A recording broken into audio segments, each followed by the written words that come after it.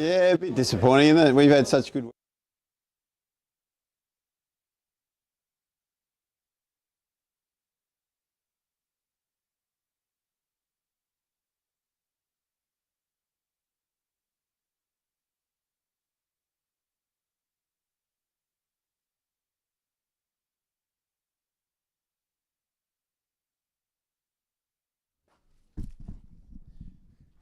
Stick one. Stick one. Hey, hey, hey, hey. This is Stick One.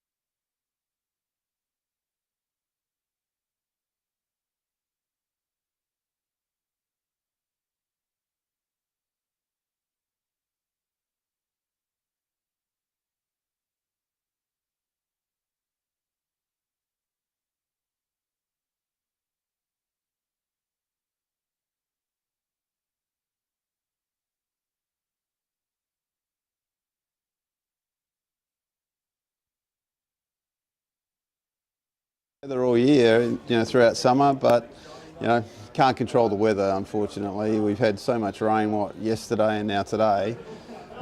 Yeah, disappointing, but I guess the silver lining is that we played such good cricket up to this point. We're still in control of our own destiny. If you had to win the last two games, obviously you would be shattered, but.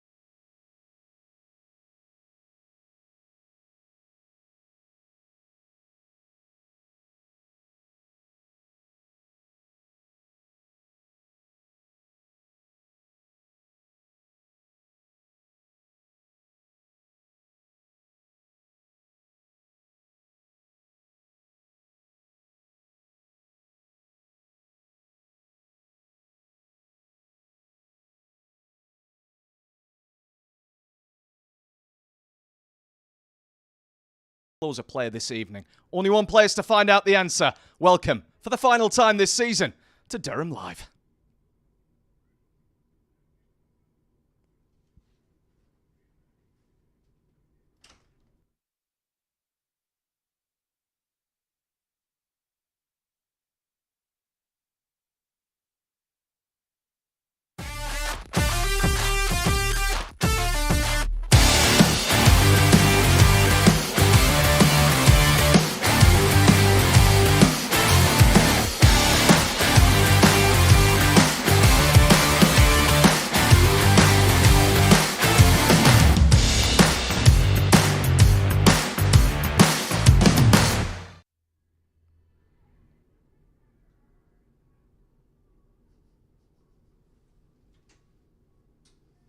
Yes, hello there, wherever you're watching around the world or exclusively live on Fancode in India. Welcome along to the Banks Homes Riverside here in Chestler Street, and welcome along to Durham Live in association with Datha News. I'm Andy Sixsmith, and this is one heck of a finale to the T20 Blast North Group. Let me lay it out for you. Durham in third, 2 points behind Northants. The two meet tonight here in Chestler Street. It's a winner-takes-all scenario with the prize being a home quarter-final at the end of it. Keeping up? Just about? Look, it's set up absolutely perfectly, isn't it? And it's set up to be a cracking evening of cricket here in Chestler Street as well. And as ever, only one place you can catch all of the award-winning coverage, and that is right here on Durham Live. It is great to have you along, as it has been throughout this Vitality T20 Blast season, a season that we want to continue here at Durham past this evening, most certainly. But you can get in touch, as ever, using the hashtag #ForTheNorth on X and on Instagram, and drop us a comment as well on our YouTube stream if you have time, in amongst the pressure and the nerves that will be flying around Chestler Street this evening. But one of these special nights, one of these important nights, it calls for an important lineup of pundits. Certainly, one person we wanted to make a debut and also to have an insight into the dressing room. Emilio Gay is that person and ticks that box perfectly. And you never know, we might need a little bit of good luck later as well, and we needed someone whose head we could probably stroke for a bit of good luck. Ash Thorpe has ticked that box too. Gents, welcome along. Emilio, first and foremost, big old debut on Durham Live. Are you more nervous about this or what's going to happen out on the pitch tonight? Definitely this. I'm confident with the boys tonight. I think we'll get the job done, to be honest. Obviously, my old club against my current one. Yeah. And, I'm fully backing the current one. So, obviously, pleasure to be here. Thanks for having me, but I'm confident we'll do the job. No split loyalties in Durham Live studio, no chance. It's all back in Durham. Ash, it is a shootout, like we say. Durham taking inspiration from the Lionesses last night or not? Hopefully it's not that nerve-wracking, by the way. It's not like the penalty shootout, that is for sure. Yeah, I guess they got through under a pressure situation, and Durham will be hoping to do the same tonight. Yeah. Hopefully without less medication for me needed on a night time.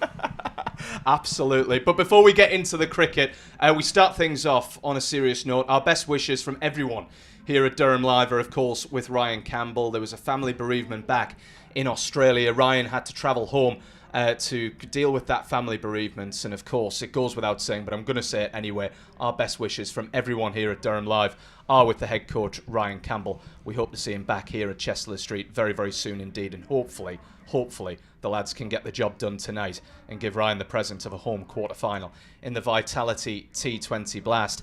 Emilio, I need to start with you from a cricket perspective. You've not been here so long. How's Durham been for you so far?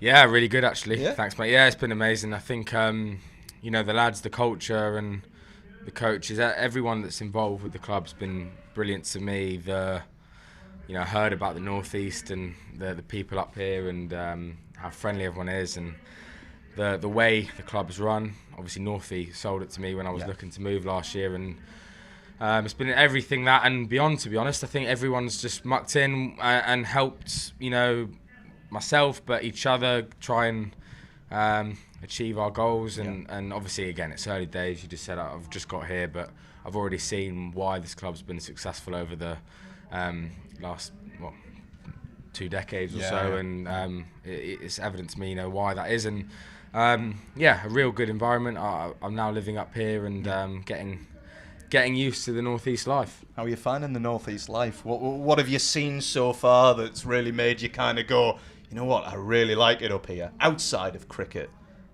Well, not the I'm weather. wondering what you're going to say, No, actually. not the weather. It can get cold. Actually, I really enjoy not being too far from the seaside. All right, okay, yeah. That's actually a big thing, from Bedford, Northampton, the closest one's like 2 hours away.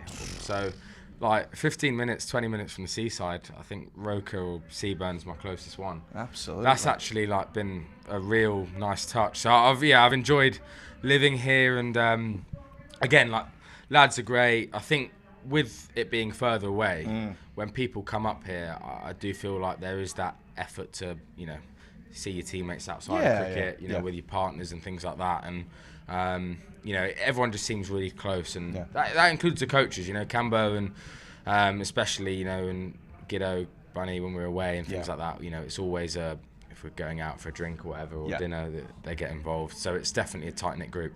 Friendly place, the Northeast, mate. Ash, how well's he settled in? He's done pretty well so far with the red ball, hasn't he? Yeah, I don't like to speak nicely to people who are literally within touching distance, but he's settled in really nicely. I'm sure one of Emilio's ambitions was not just to play for Durham, but to take that step further, which we'll talk about in a moment. But seeing him from very early when he arrived last year, the man's hungry to score runs. He hits as many balls as I've seen anybody hit. And, you're taking all the risk out of that by, being as prepared as you can be. And it's no surprise to me that he's scoring runs since he's arrived, and hopefully there's a lot more for him to come. Absolutely. And obviously when you've come up here, Emilio, you've obviously taken to life pretty well at Durham. Did you ever think that punditry was going to be a part of the job up here in Durham or not? Or was this just bestowed on you in the last hour or so? Or This was, bestowed on me yesterday, I think. I was actually at a spin camp in Loughborough. I was batting in Loughborough, and Tom Seymour gave me a call. But I can never say no to that man. So who can? Yeah, who can exactly. say no to Tom Seymour at the end of the day? Exactly. So I was more than happy to come and talk cricket, talk everything, and it's always to be fair, actually, I know punditry is not exactly what I've come up here to do, but could be something after cricket, who knows, and never say no to opportunities. So, definitely happy to be here. What's it like working alongside luminaries like Ash Thorpe and Gordon Mutchell, who is sat over to the left-hand side? Decent, or you'd never heard of them, would you? No, of course I have, all the positive things when we're watching this. I rewatch the stream or whatever, and it's nice, and just trying to learn off what I can, really. Yeah. It's a good job, because if you were trying to watch the highlights, they'd be in black and white, in fairness, of Ash playing and Gordon playing as well. Sorry, mate, we started early. It's our final one of the season, and we're going in hard, and we're going in early, certainly. Ash, let's come to you, and let's come to tonight. Off the back of that, that's a great segue, isn't it? Be nice to me anyway. The great Alan Shearer once said, pressure's only for tyres. How much pressure is there flying around tonight? Winner takes all between these two. Yeah, I think you've got to put that result literally out of your mind. And I mean, it's cliched and that. Just focus on what you do best. Bowl your best ball. Stick to your good areas when you bat. These lads have played 13 games in the competition now. They've had a real, a good amount of success in this competition. So it's by no means a fluke that they're there. Continue to do what you do well. Yeah. And hopefully they can put all that together tonight, and we'll be on the right end of the result. From what you've seen, Emilio, in the dressing room, how well set up is this Durham side under Campbell with the personnel that we have in that dressing room to deal with pressured nights like tonight? I think Campbell is as good as anyone I've worked under or played, for when it comes to playing under pressure or freedom, or you talk about freedom or going out there with clarity. I've never come across a coach who has that ability to, you walk out to bat or play and you've got his backing. Yeah. I mean, if I said anything bad, I'd probably be out the team anyway, but and he'll definitely be watching this. So yeah, exactly. So I'm always going to say that. There you go, coach. But no, on a serious note, I heard about Campbell. Obviously, coming here, you're going to play under a new coach, and you hear about him, and he does talk about, going out with freedom, not being reckless, but being ruthless and confident and all of those things. But he lives and dies by that. If you go out there and you get out and you commit to your plan, he won't be someone that goes, no, that's you're not having that. As long as you commit to it and go out there and play. And I think nights like tonight, I think that is the best possible way you can be. Yeah. I don't think lads will be in that dressing room fearful or scared or thinking about the negative. They'll go out there and play with freedom. We've got the players to do that. We've got the coaching staff that helps that. And I really believe that Campbell's done. I mean, again, I wasn't here before when Campbell wasn't here, but since I've joined, Campbell's been the man to definitely help that philosophy anyway. And you imagine, obviously, Bunny, Graham Onions fits into Campbell's shoes tonight, with obviously Campbell being back in Australia with regards to the family bereavement. Bunny Ash will be taking straight over and pretty much be hammering down that exact same mantra as Campbell, won't he? Yeah, he even smiled earlier when I was out in the middle. But I think that's the second time in about 25 years that I've known him. But I think the message is clear. The lads are, they've practiced all winter for moments like this. They've been in this situation now for 13 games. It's now just time to put in one more performance and get the home quarter final that I think we deserve. Yeah, absolutely. And a home quarter final that it would be. And I'm going to look down, I'm going to read off my notes here. Here we go. Because there are permutations here. If we win tonight, obviously, Durham, home quarter final guaranteed. That would likely play Hampshire or Kent or Sussex here at the Banks Homes Riverside in September. If we lose, it could be Surrey at the Oval. And we all know what happens at the Oval against Surrey. Does that kind of add to it, Emilio? The fact that, let's face it, we shouldn't fear anyone, but you'd rather have a home tie against Hampshire, Kent or Sussex, wouldn't you? You're going to say Surrey here, aren't you? You would. You would. I'm not going to lie, you would. But how good would it be to beat Surrey at the Oval? Set it up, hasn't it? I mean, it would be. You'd rather that, wouldn't you? And as well, Surrey's miles away, so you'd rather stay here. But you're learning the northeast ways very quickly. It's a long train down there. But I mean, to be honest, it would be great. I mean, if you can beat Surrey at the Oval, you're going to go into finals there very confident. I know we're thinking far ahead now, but I mean, look, it's a tough place to go, the Oval. Obviously, just had a pretty long day there, or long 4 days there. Very long 4 days there. We were banned from talking to you about that. That's triggering that. That is triggering, yeah. But no, to answer your question, you would rather have a home. I mean, as well, get your home fans there, and you would rather that, obviously, 100%. But absolutely. Either way, you want to try and win, and you don't want to go into the mindset of again, what I said earlier, thinking about the result too much. Just play your cricket and see where you get. Absolutely. I saw your face, Ash, when I mentioned Surrey down at the Oval. Do you want to jump in on that or not? I'm just pleased I wasn't in the dirt for 2 days like the lads. My word. But to be fair, they got to bat after that, they didn't mind it too much.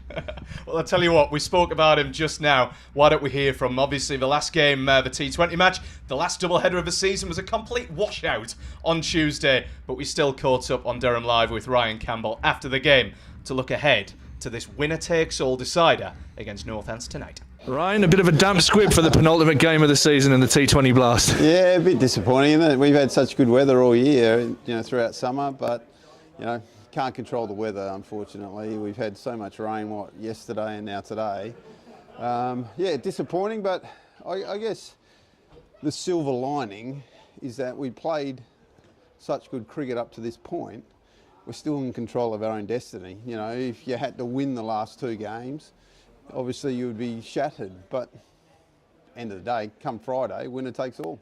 Absolutely. Looking at the table, another 2 points gained, and literally it looks like a straight shootout for a home quarter final with Northampton on Friday night. Yeah, it's brilliant. This competition, particularly the North group, has been such a competitive affair. And you're seeing everyone beat everyone. It's bloody Yorkshire beat Lancashire one day and then they get beaten by, a different team the next day. And, we've been the same. So that's good for English cricket. It's good for the competition.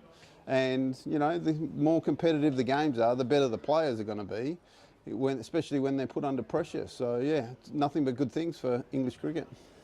So we've had a great T20 Blast season so far. What do you put some of that down to? I think as a team we've developed our strategies pretty well. We've had guys play, good cricket without being unbelievable, and that's the thing. We've had such a good team effort all the way down the list. You know, that's been the exciting part. Players who you didn't quite think were going to fit into this team have suddenly, you know, Will Rhodes has had a phenomenal season so far.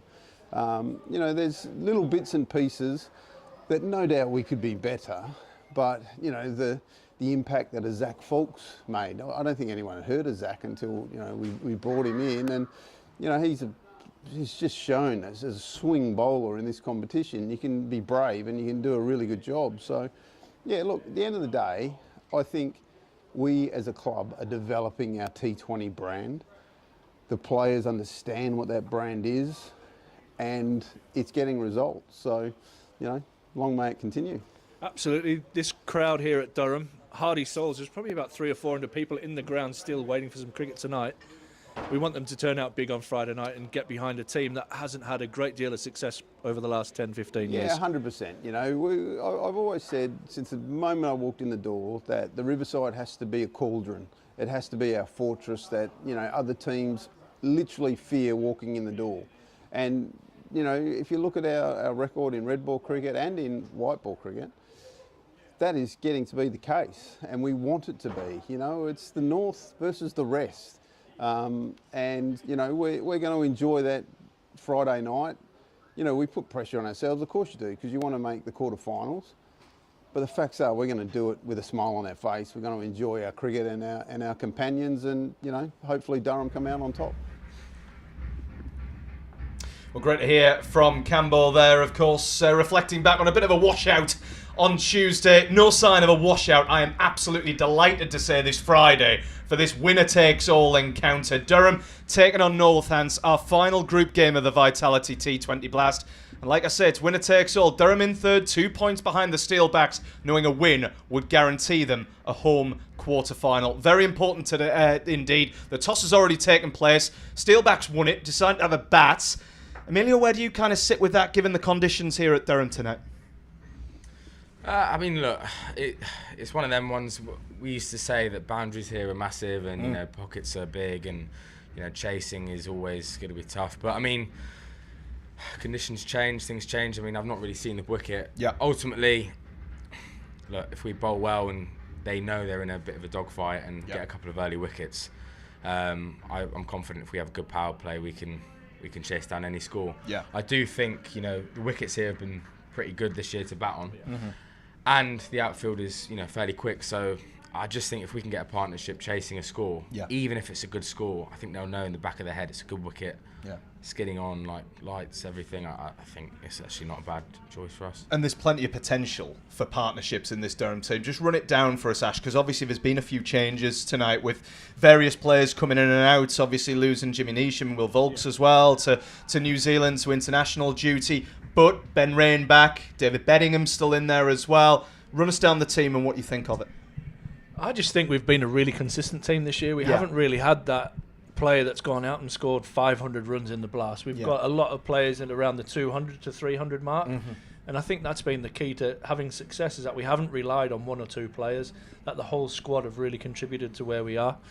And I think that's really important in a chase. I think we spoke about it with Ryan earlier in the season. It's about managing, not losing wickets in clumps, and establishing those partnerships. And we've seen when that happens and Durham get that right, we're a really difficult team to stop. We've got a great opening partnership in Lees and Clark, who seem to get us off to a pretty good start in most games. And then it's been down to individual innings outside of that. We've seen Colin Ackerman explode, literally, hitting the ball all around the Riverside. We've had Ollie Robinson, who's probably hasn't yet had that innings. We've hardly seen David Bedingham. So we've got some really exciting batting. And I had a look at that, and you're probably going to go to the pitch report in a moment. If I'd have won the toss, I'd definitely had a bowl first. There's lots of live grass on the pitch. It is standing up. And I think if there's anything to come out of this pitch, it will happen early. It's humid out there. We've lost Zach, who does swing the ball.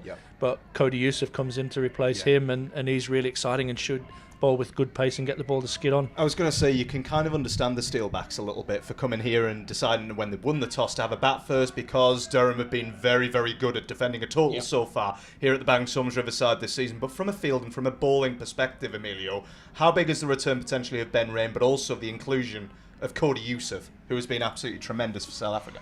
Yeah, massive. I think obviously losing Zach, you know, you want that extra cover, bit of pace and a bit of a different option with the ball.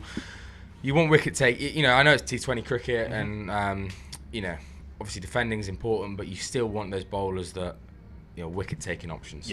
Rainey's a massive part of that. We know what he can do across all formats.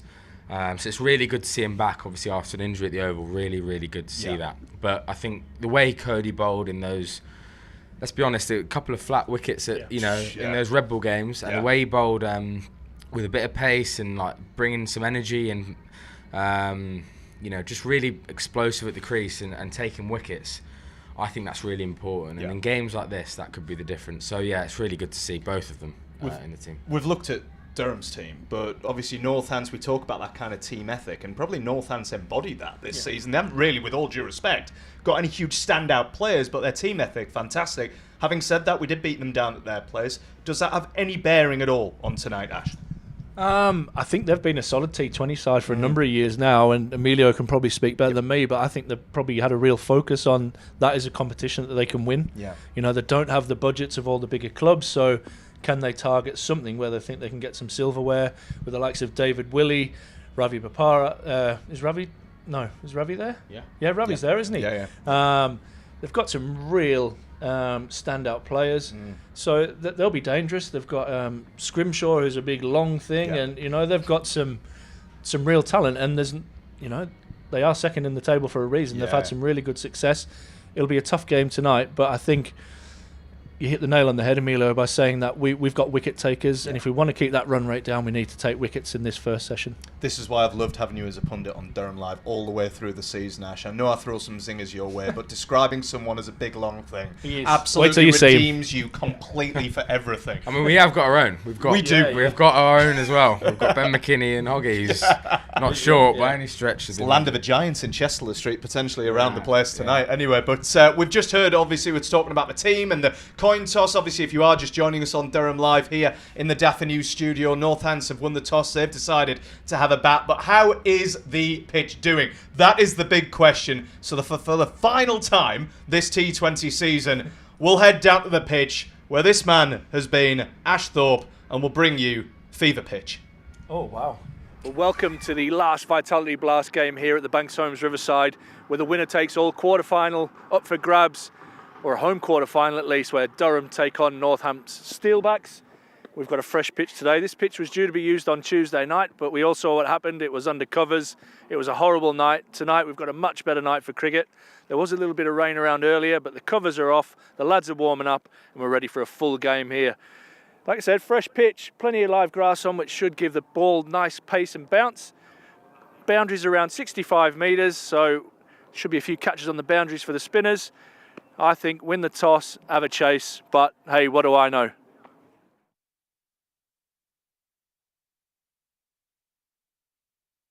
Thought we'd have saved the best pitch report title till last. Obviously not. Nowhere near. Anyway, we'll go with Pitch Perfect next season. Emilio, we have 5 minutes to go until the start of this one. Like we say, this winner-takes-all encounter. What will Bunny be saying to them in the dressing room as the lads prepare to come out onto the Banks Homes Riverside pitch? I don't know, actually. Probably go out and smile and enjoy it, which is a bit ironic coming from Bunny, isn't it? But no, don't show him this. I'll get. It's only like it's streaming out live, mate. Someone will clip it up somewhere. No, Bunny's a great man, actually. But no, back to your question. I think, honestly, I don't think you'll have to say a lot. I think it's a very player-led dressing room. Yep. Obviously, I spoke about what Campbell brings, and I think he'll echo that. I think Bunny will put the emphasis on the positives. It's an opportunity and to go out there and express freedom and all of that. I don't think it will be about this happens if we lose or win or all of that kind of stuff. And I think Leesy and the senior players will stand up and give their opinion. And again, it's a player-led dressing room. I think they'll go out there and show what they're about. And they will enjoy it. Regardless of result tonight, those Durham 100%. lads are going to enjoy it tonight, aren't they? 100%. I mean, again, when the weather's like this in the northeast, I know I joke about the weather, but when it's like this and the sun's out, it's a lovely place to play cricket. And I think, I think lads will enjoy it 100%. How do you think it's going to go? How is it playing out tonight, do you reckon? I think Durham will have a convincing win. Oof. I think it'll be a convincing win. All yeah. right. Okay. I think we will have a good power play. Yep. Matt Bretsky is a danger man. Yeah. I wouldn't say he's a concern of mine, but he has been playing really well. And I would love us to see the back of him pretty early. Yep. And that goes back to what I was saying about wicket taking options. You know, if you can try and get a couple of early wickets in the power play, no matter who you're playing, that's going to hurt. So if we can take a couple of early wickets in the power play and have a good power play ourselves and make the most of a good batting wicket, I think we'll win. Absolutely. Are you sticking around on comms or not? You haven't? Yeah, I think so. I think so. Yeah. You're going to join the commentary I think team? I'm lapping it all in, so I probably will be. Yeah. Happy days, man. Yeah, well, I'll tell you what, it's been great having you in Daft News Studio. Can't wait to hear you on commentary, because that is exactly where we're going right now, folks. As you can see, the two Northants openers striding out to the middle here at the Banks Homes Riverside in this winner-takes-all encounter in Chester Street. One win for Durham makes it a home quarter-final in the Vitality T20 Blast. And who knows, maybe, just maybe, 3 wins away from finally winning this competition. That's for later. This is for now. Let's find out if they can do it. Let's head to your commentary team of Ash Thorpe. And first, he's back. That great big head of his, Gordon Mitchell.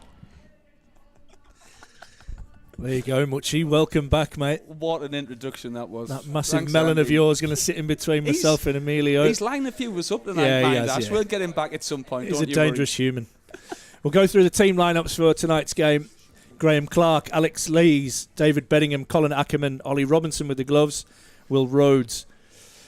Ben Rain back. Huge inclusion. That looked like he was going to be out for another month, I heard initially, but, you know, who says that you take longer to recover with age? Matthew Potts, Cody Youssef, fresh off the plane. Nathan Souter and Callum Parkinson. And one of my favourite names, I'm probably going to pronounce it wrong, but we'll go to Emilio of this, Ricardo Vasconcelos. We've got Matthew Britsket, David Willey, Saif Zaib, Ravi Bapara, George Bartlett, Lewis McManus, Luke Proctor, Ben Sanderson, who seems to have been around for as long as Ben Rain has, and just signed a new contract, I believe, as well this year. George Scrimshaw, the long one, and the leg spin of Lloyd Pope for Northants. So really exciting tie here tonight. We've touched on it already. Gordon, winner takes all. I know you can't wait for this one. Yeah, no, massively excited about this one. And like you said at the start of the tournament, it's not how you start the tournament, it's how you finish the tournament. Both teams got a chance of a home quarter-final. They'll both be wanting to win this one. And let's just take things in our own hands and not worry about somebody else losing to get into that quarter-final. So I think Emilio was very optimistic. I'll go with his prediction. Yeah, An can't easy go win. against him. And that smile. Cody Youssef with new ball in hand and a new shirt. By the look of it, looks fresh, number 10 on his back. And Bretsky will pick up a couple to start us off tonight. Emilio, you mentioned Matt Bretsky, dangerous South African opening batter. Yeah, thanks for having me, guys. Looking forward to this, actually. Yeah, look, obviously, I mentioned he's obviously come on with some pretty good form, and I've played, obviously, not with him. I didn't play any games last year, but I was around the T20 squad and at Northampton last year and saw what he could do. So I know he's definitely in their changing room. If he's out there, they're going to be confident. So if we can see the back of him, like I said, I just think from a bit of panic into their dressing room early, I think that would be big. There you go, opening the batting. A little bit of swing there with that ball from Cody Youssef. I think that's what you look for, isn't it? Early in the power play, if you can get a bit of shape with the white ball, it might be a couple of overs, but if you can get a bit of shape, that's definitely going to help. Slip in place as well. Good option from Captain Lees. Bretsky comes down the wicket and gets enough of that as it goes away for 4 through cover point, advancing using his feet and setting the tone early. And I think that's it. With that ball swinging, he's obviously know he's going to look to pitch the ball up. And he's took the positive option there and just eased it over extra cover there. Nice start from him. Not a terrible ball, though, from Cody. That was a nice shot, using his feet, trying to negate the swing, getting it on the top of the bounce. And that swings, but won't beat.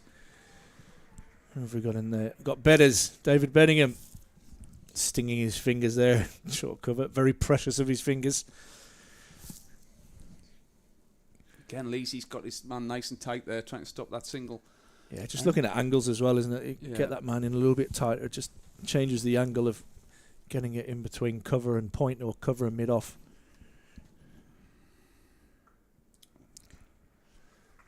It's a good start from Yusuf. He's taking slip out already. See, Bretsky, I mean, he's obviously power play batter. He is having, again, done some training with him and talked to him a little bit last year. He's very much a batter that looks to go over the top, over the infield. He obviously might try and, if it is short and wide or anything, he might try and obviously beat the infield, but he will always try and go over the top as his general preference. So it'll be interesting to see what lengths Cody goes to here, because obviously you don't want to give him too much to work with. Just changed it up and put the sweeper out on the offside and brought third man up into the circle. Oh, he goes short and hits him right in the head. Maybe in the neck. Umpire Bumble Jr. calls for the physio to come out, and that was a fierce blow. Wow. That was sharp, that from Cody Yusuf. Top edge straight into the melon. There's that pace. And it is a point of difference, Emilio, isn't it? You know, when you have to worry about going back as well as just thinking you can jump on the front foot, it does change the way that you perceive 100%. things as a batter. In all formats, 100%. If you can have that extra pace and just plant a seed of doubt, even if it's one ball, just to make the batter not fully commit, it can be the difference. Just with that field change there, Emilio, obviously they went out square. As a batter, what would you be thinking was coming that ball there? Would you be expecting a short one, or...? It would. See, the thing is, it could have been it could have been it could have been bluffing and easily gone full. It's one of them where you're just going to react to what comes at you. I think so, yeah. With mid on and mid off probably being up anyway. Normally they're up in the power play. Cody can still bowl his hard length ball, but he's obviously then got. I don't mind that. I quite like that going to his bouncer early. Now Bretsky knows he's got it in his locker. He's got that pace, pushes him back. Like Ash said, it just puts a seed of doubt in his mind. That's a good comeback from him skipping down the wicket. Yeah. Interesting reaction of the way that first over's gone. We would normally probably see spin very early, and I was watching Parky warm up vigorously as he normally does. But Matthew Potts looks like he's going to take the new ball from the Lumley end.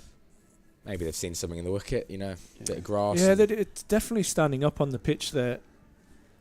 And that first game against Lancashire, we talked about that as well. There was a bit of seam movement there, and they went with the spin on that occasion, which didn't work. So maybe it's just a little bit of thinking on your feet. Like you say, if that grass is standing up, new Kookaburra in your hand, you probably want to be trying to swing it early doors before it goes a little bit softer. Definitely, and the seams on the Kookaburra ball don't stay hard for too long. So I think when you've got a point of difference of somebody like Potts and somebody like Cody Yusuf, you've got to give them the best chance of taking wickets, and I think that is with the brand new ball. Potts here. I mean, he's going to be fired up, full of energy. He is a remarkable athlete. In the gym, lifts so heavy and in the net. So I really think his third and fourth spells in red ball cricket are quicker than his first and second. He loves it, doesn't he? He is just an absolute machine, and he'll be, ready to go here. He's going to come round the wicket, and again hits that hard length. Oh, Parky nearly getting a yellow card there for diving on the outfield. He's done that on purpose. He's trying to get a run out there, I think. I'm not sure Parky's done that on purpose. He'll be saying yes. That wasn't pretty.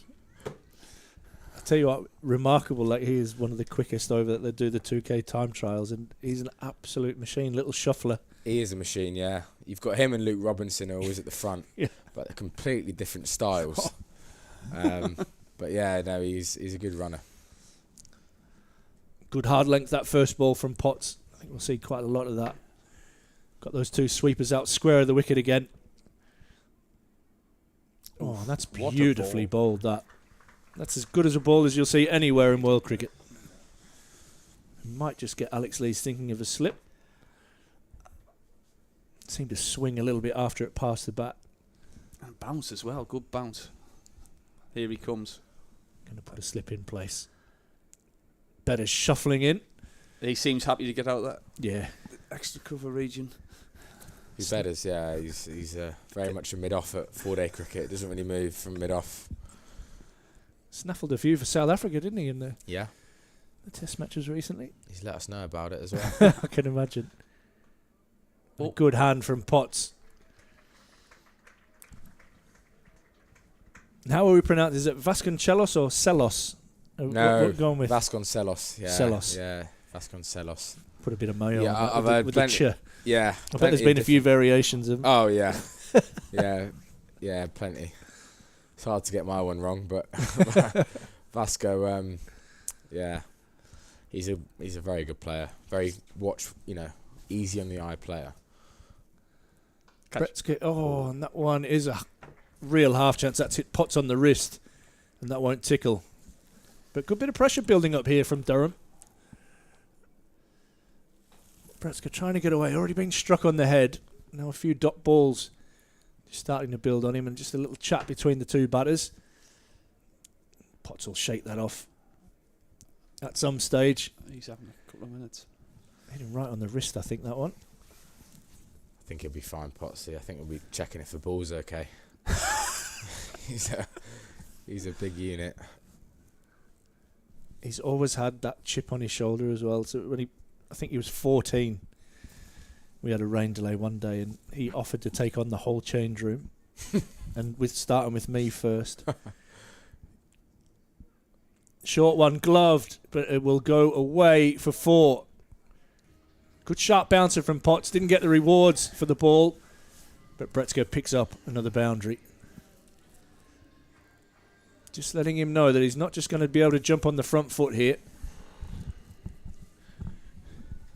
No, I think as a captain you don't mind that, do you? Obviously just seen him get hit in the head last over.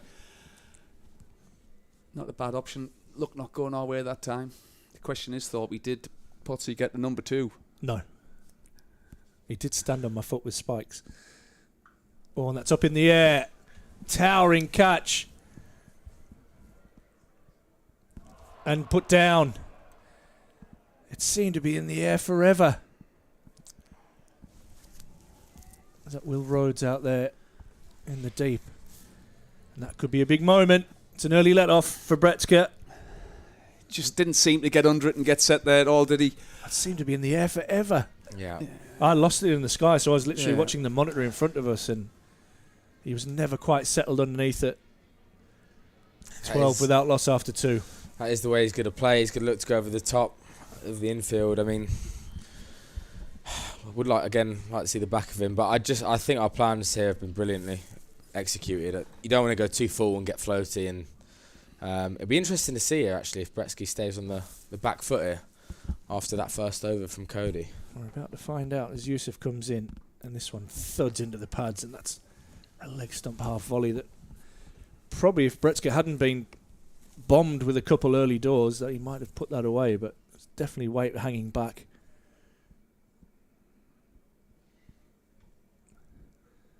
There's no holding back, is it? He's not trying to just time it through that gap. It's, like you say, it's all or nothing.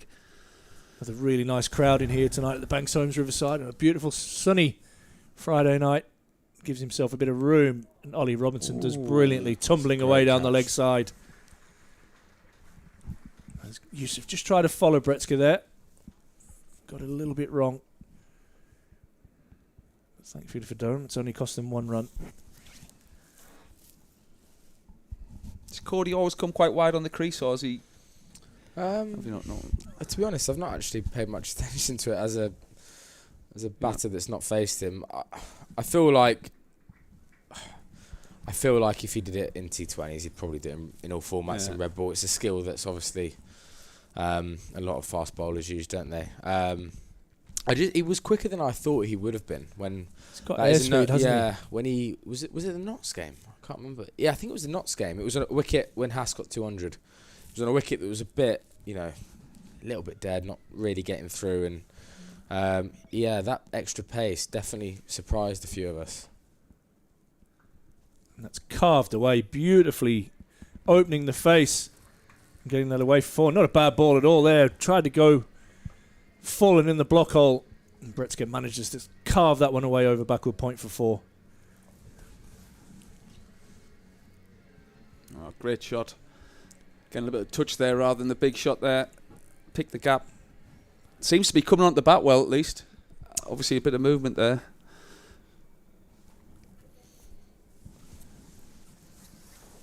$17 now without loss. And this one's helped on its way, and it will go all the way for 6. Beautiful shot, getting down on one knee, helping that over short fine leg a long, long way back. How costly is this drop going to be? Dangerous Bretska seems to be on the move now. 21 to his name, 23 for the Steelbacks. Vasconcelos only faced 1 ball so far. I don't think he's going to look to put the brake on either. Bretsky, I think he's going to look to carry this momentum. He tempted to drop fine leg and bring up that sweeper on the offside and maybe just try and really tuck him up, get into his rib cage. Oh. Don't think he's picked that up. No, he definitely wasn't expecting that delivery. He's giving himself loads of room. That's probably the worst ball of the lot, wasn't it? Yeah, you normally want a shin high full toss. It's a dot. Don't think we should try another one of those. Last ball of over number 3. Clever bowling there as Bretska tries to give himself room again. Ends the over with a couple of dots. 23 without loss after 3.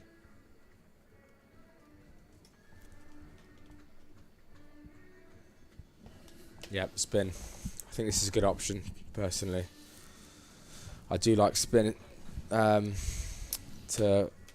especially to Vasco in the power play. I think he's such a good player of quick, short bowling. I do think spin would be a good option.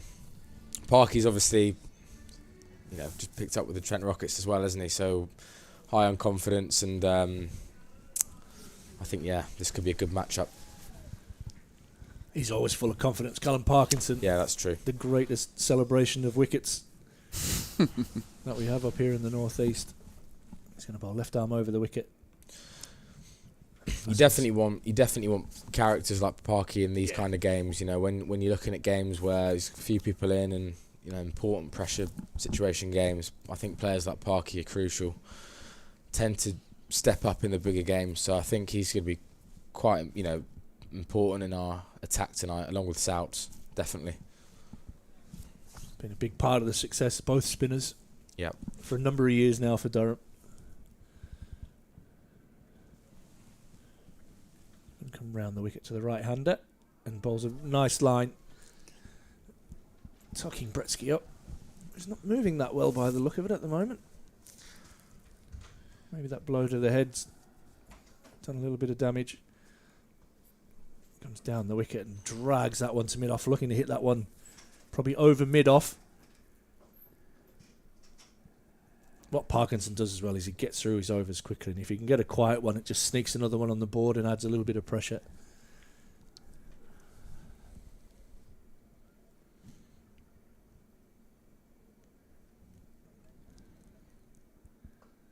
That's hit in the air and carved away over cover. Good batting from Vasconcelos. Picks up his first boundary. Good shot. I think it's the first time Parky's given a little bit of width there. Obviously with his two sweepers out on the leg side, he's looking at ball middling leg. I think that was just outside off stump, and Vasconcelos has took advantage. Gave himself a little bit of room as well. Reverse comes out, but it won't beat the 2 fielders that are behind point. Graham Clark doing the fielding on this occasion. If Durham get another dot here, they'll be more than happy. It's in the air. Is it going to be better than a dot? Is it going to be a catch for Clark, who can't quite get that in his hands? Tough chance. It's Clark trying to grab that one. Ends the over with a couple. 31 without loss. Luck just not quite falling for Durham at the moment. No, and they're always tough catches when you've got to turn and chase after it. But that's 2 gone down now. Hopefully the old adage, catches win matches, doesn't come back to bite us later on. But another good over from Parky. Another over from Potts. I think as well here, look, Bretsky's not going to be the type of player that rotates the strike much, is he? He's going to be looking to go Dots and 4, boundaries. 6 or nothing. Yeah. I mean, he's obviously gone well, but he's 22 off 19. If one of those 4s in those overs or 6 don't go for anything, all of a sudden, actually, he's kind of a lot of pressures on him. So if we can keep these dots in between. Catch. Off the back thigh, could be a run-out chance. Robinson has to turn and throw. Yeah, I definitely think that can work in our favour. And then a few dots and a wicket, all of a sudden, that's 2 steps back, isn't it? It's funny, isn't it? You look at all the shots that he's played and you're expecting to have a strike rate of around 200. Yeah. It's only just over 100. 32 without loss. Durham searching for an early wicket in the power play. Vasco does like a scoop, so I wouldn't mind fine leg a little bit finer, but That's a great shot. Got a little bit of width and hit that over the third man who's up in the circle. Potts probably lying just slightly wrong on that occasion. 2 men out on the leg side, the 2 out of the circle. The interesting thing tonight will be see how Durham use their bowlers. So they've got 5 mainline bowlers and then part-timers in Ackerman and Will Rhodes. And that again is carved away in exactly the same spot. Vasconcelos just giving himself a little bit of room this time and freeing his hands, getting that up and over short third man for another 4. Turning into a good start now for Northants.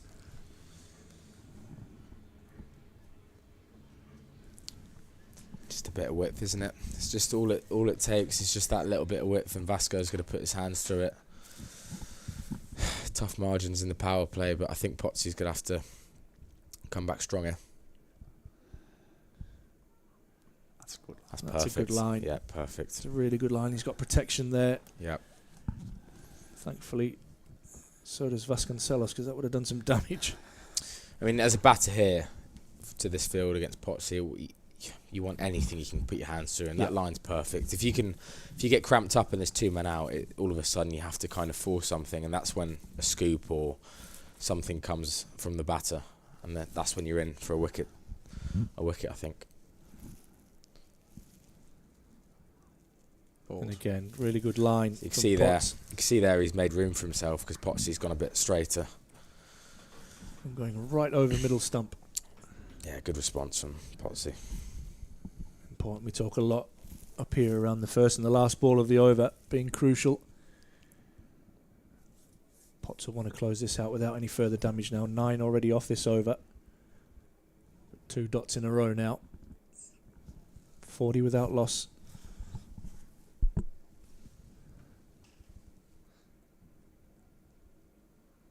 That's hit in the air, and it just clears. Cody Youssef at mid-off and goes away for another boundary. So 3 boundaries in the over, 13 off it. And after 5 overs, the Steelbacks are 44 without loss.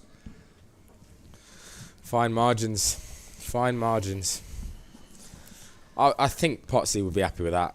Well, happy might be a strong word, but he's bowled to his fields and then tried to get out the over. Could have easily been a wicket. So I don't think he'll be too unhappy with that end. Sometimes your best balls get hit for 4, and that wasn't a bad ball. That was a very good shot. I think he'd be probably more disappointed with the 2 earlier in the over that he gave a little bit of width. Going to see Youssef finish off the power play. Is this side, Emilio? What would you be looking for at a power play, or does that vary? Yeah, place to place. Very much pitch dependent, I think. I mean, if you can 50, if you can end up on 50 plus, I think you're happy regardless. That's massive. It's a big top edge, and it's going to go all the way for 6. It's nearly hit the mascots on the head down there in front of the players' steps. Yeah, again, Bretsky, I'll repeat myself, he's not going to look too much on the floor. He is very good at picking the ball up, and he's always looking to go aerial. But yeah, I think, look, if you can look to get 50 plus, you're generally happy regardless of the surface. I mean, obviously, sometimes it's less because of the wicket, but here is a good wicket, so I wouldn't be too panicky, as again, it's a good batting wicket, but I think Northampton will be happy at the minute. 50 for no loss, after 5.1. You can't be too unhappy with that, can you? This is hit downtown, over mid-off. And a long way for 6. Gorgeous strike that from Bretzka. Doesn't give the bowler much margin for error when your short balls are being pulled away and then your full balls are being hit back down the ground. Umpire Michael Goff at that end is just going to have a little check on the ball. That is now transferring the pressure back onto Cody Youssef and to Durham, trying to finish out this power play.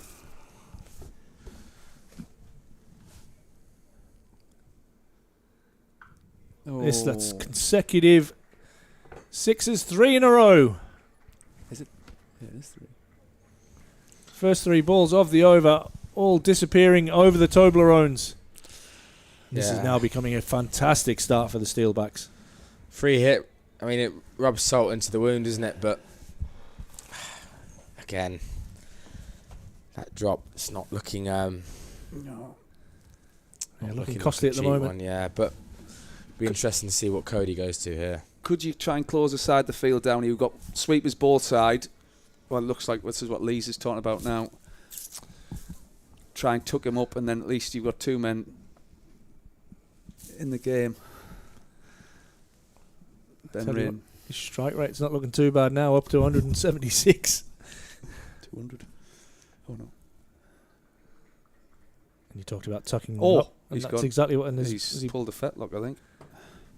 Really struggling there at the non-strikers end, Bretzka. He wasn't moving that freely earlier. No, he just went to turn there and just pulled up. Don't know if he got caught in that little sort of dusty patch on the wicket. It's definitely not affecting his ball striking at the minute.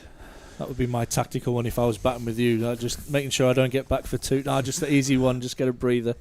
Just hit some 6s, mate. Well, I remember playing a second team game with Michael Goff, who stood there, and he went to slide his bat in at the Rose Bowl, and he got caught in sort of the dry patch and hit him in the leg. Oh. It's the only time I've seen someone... There's a golf course at the back, and a golf cart had to come and drag him off. Not like him to be dramatic at all. It was... no. Good old Goffy, struggling. what a man. Physio on the ground, 65 without loss now. Steelbacks.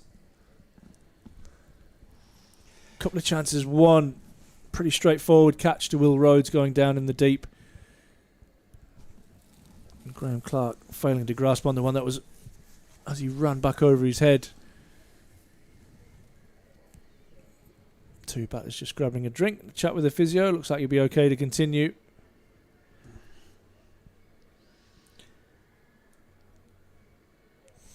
this might, I mean, not that he was running too many singles before, but I think this might just make him look for the aerial shots even more now. It's a great excuse as a batter. Yeah, just struggling a little bit. I also don't know if you'll see him on the field in the second innings. Even better. That's is he one of those? Surrey mindset that was thinking of that yeah, day with 2 days in the dirt. I don't know if he's one of those. I'll tell you who is one of those. I played with Chris Lynn at Northampton. Yeah. He tended to get a lot of injuries towards the end of the innings before we went out and fielded. But he made up for it with a bat, so I mean, people allowed it. But yeah, I don't think you'll see him in the second innings. But yeah, I think Cody's got a big finish to this over. That's hit to mid-off. Thinking about a single. Probably wasn't there even if he was 100% fit there, Bretzka. I'll tell you what, Bretzky's a very strong boy. If you give him a hug or something, you can feel his muscles. He is a very strong lad. Massive in the gym, and so clearing the boundary for him is generally a lot easier than some other players. Made it look easy tonight. Oh, Yusuf. There's that well scoop. Getting across, and Michael Goff just letting the batter know that line's moved with him across the crease. Do you think we'll go straight to spin after the power play?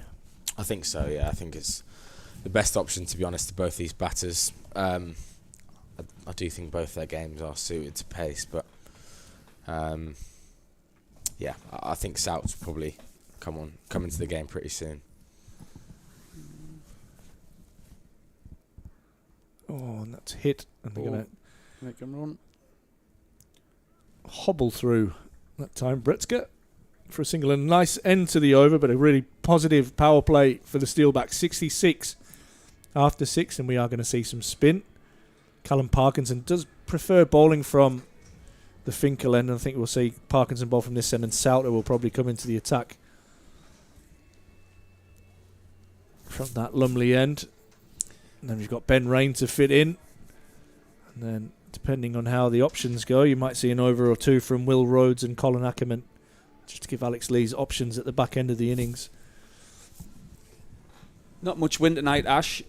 No. Is it slightly short to the leg side as we look out now? I think it's pretty even all the way around. I think it's just the fact that we're at this side of the square. Northampton lads did seem to think the boundaries are smaller than they can remember coming to Durham. So yeah, I think they are definitely in a bit more than usual. 65 metres roughly all the way around, as Vic told me when we went out there to have a look at the pitch.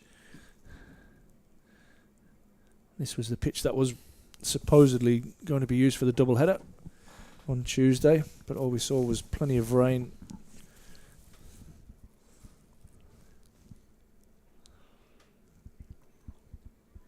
Again, I don't think Bretzky will look to take too much time to have a look at Parky here. I think he'll keep going. Nice try from Parkinson, just trying to sneak one through before he got his head up. He just had a quick glance towards mid-wicket there. He's going cow, isn't he? There you go. Swept but straight out to Colin Ackerman, who's sweeping out on the boundary.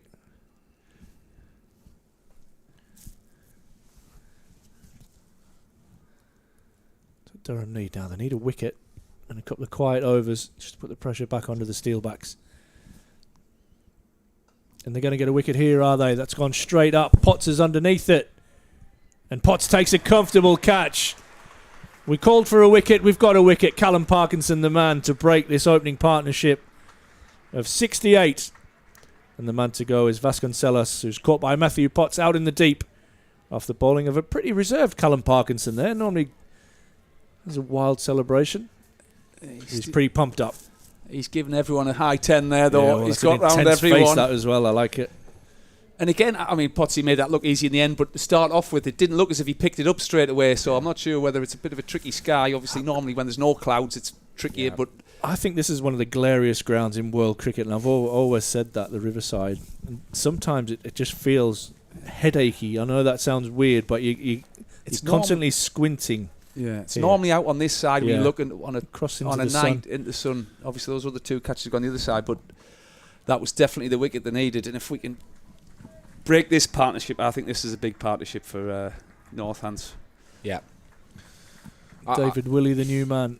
I think they will try and keep the pressure on Durham here, but again, wickets are our best friends here, and if we can get a couple more wickets, see the back of Willow here, I just think they've got no other choice but to try and rebuild and then get into a bit more of a negative mindset. But Dave's definitely going to try and keep the pressure on for sure.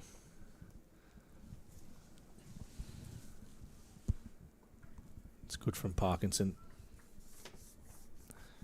Just the two off this over and the wicket. You just flight that one a little bit more there, first ball or little tempter early doors. Nice. It's nice and nicely driven by David Willey. Get off the mark.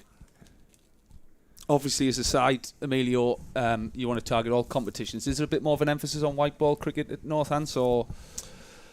I think when I initially started with Northants, when I was in the academy, and that's a good shot. I think under David Ripley there definitely was. Again, Ash mentioned it, trying to punch above your weight a little bit. Budget might be less than other clubs, and I think they saw that as a real target. Have a good game plan, but since John Sadler took over, I think it was actually more towards the red ball. I really do think that. Yeah, I think we got into Division 1, and I think it was about trying to be as competitive as possible in red ball, and I think that became the most important thing. Dave Willey's obviously come in as captain, very experienced player, and they've recruited well with him, Ravi, and some George Scrimshaw, some excellent signings. And I think it's just meant that with the recruitment, Northants have become a real consistent competitive T20 team. But in the last couple of years, I don't think there was more of an emphasis on that at all. I mean, in practice in the winter and pre-season tours, it was definitely still Red Bull focused. So I think that comes down to potentially recruitment and who they've brought in and role clarity, I think. Nathan Souter, haircut. Thank God. Comes in and immediately tight to the stumps. This is a big part of the game here. Durham spinners in operation. Can they just peg back this run rate a little bit? Northants off to a flyer. I think what does help Northants is they've obviously got a few players that only play T20. With some other teams and stuff, you've got players that play all formats, and when you're playing so many champers, it might be tough. But you've got Bretsky, Willow here, Rav Bapara, Scrimshaw, who don't really play Red Bull cricket for Northants. Or as many games, they can kind of prioritise T20s. So I think that does help. Definitely. It's a good start from Souter on the money, as he often is. He told me I wasn't allowed to give him any stick tonight for his haircut. I said, we'll see. It's aggressive mullet. It's rude. Yeah, it is very. I did say that to him a couple of hours ago. Very aggressive. I mean,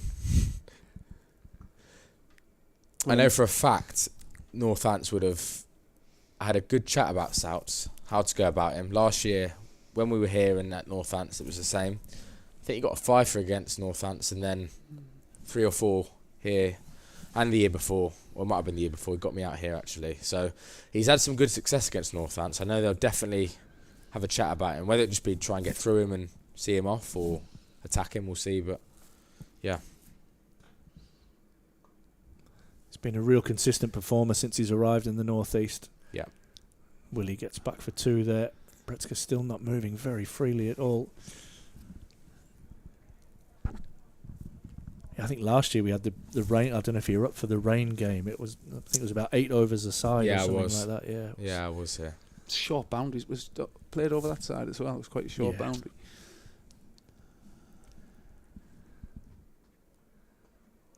Really good control of length and line from Souter. Bretska, maybe, as you're saying, Emilio, just happy to sit here and milk him for 7 or 8 and over. I think they might be. Again, last year that was the chat. That rain-affected game obviously made it different. It was negative, but it definitely was the chat because they see him as a threat. So they might be doing the same thing. David Willey might have other ideas. Normally takes the aggressive option. Souter doesn't allow that to happen. That ends a pretty good over. 6 from Souter's first. Just a little bit of breathing space there for Durham. A couple of good overs in a row from the spinners. And to follow that, we're going to see Ben Rain back in action, which is a real bonus for me for Durham. Yeah. Massive player in these sort of games as well. Obviously for Leesy, as much as anything, having that experience, you just know what you're going to get with Ben Rain, don't you? He's going to bolt to the plan, and if they hit him, they hit him. But he's going to bolt to whatever plan him and Leesy come up with. And I think again with obviously losing Neesham, it's a bit of power hitting towards the back end as well. It's going to be important as well tonight. Well, hopefully not, because we'll not need him. But it gives great balance to the side, doesn't he, with his batting? He's one of them money cricketers. Immediately. Sorry, no, he's one of them cricketers that Leesy definitely will go to in situations like this. Even with the bat, we saw here Warwickshire, I think it was, when he got 80 odd, got us out of trouble. I mean, he's that cricketer that when things are panicky a little bit, he's the man for the job. So this is definitely good to have him back and see how he goes here. Bowling that top of the stumps length. No width, but that brings up an excellent 50 from Matt Bretska. Comes from 31 balls, 3 4s and 4 6s. He gets a warm round of applause from the Banks Homes Riverside crowd. it's a massive strength of ours, isn't it? I mean, you're looking at the sort of economy rates here. South is 7.4, Rain 7.3, and Parkinson 7.59. It's always been a good strength of ours. I think these middle overs from these three. Love your stats, Muchy. I like it. Good work. Done some research this afternoon. Yeah, been on Cricket Info all afternoon trying to work out how to get these averages up. Thought we had to come and ask you. Yeah, I just went and asked somebody else. Yeah, that was outstanding. But as Northants as well, they're not going to be too upset about this, just knocking it around, saving some wickets for the back end. I don't think so. Oh my goodness, how was that not carried anywhere? I think that's hit his bat twice. I think he padded it and then hit it. I'm not sure. It was a lot going on there. I'll be honest, I'm happy if he's playing these shots. Yeah. You know, Yeah, it's not his power game, is it? I'm happy, Especially if with he's Rain playing these taking shots. all the pace off the ball. Yeah. I think he's hit his pad with his bat as he's tried to hit the ball there. Bit weird.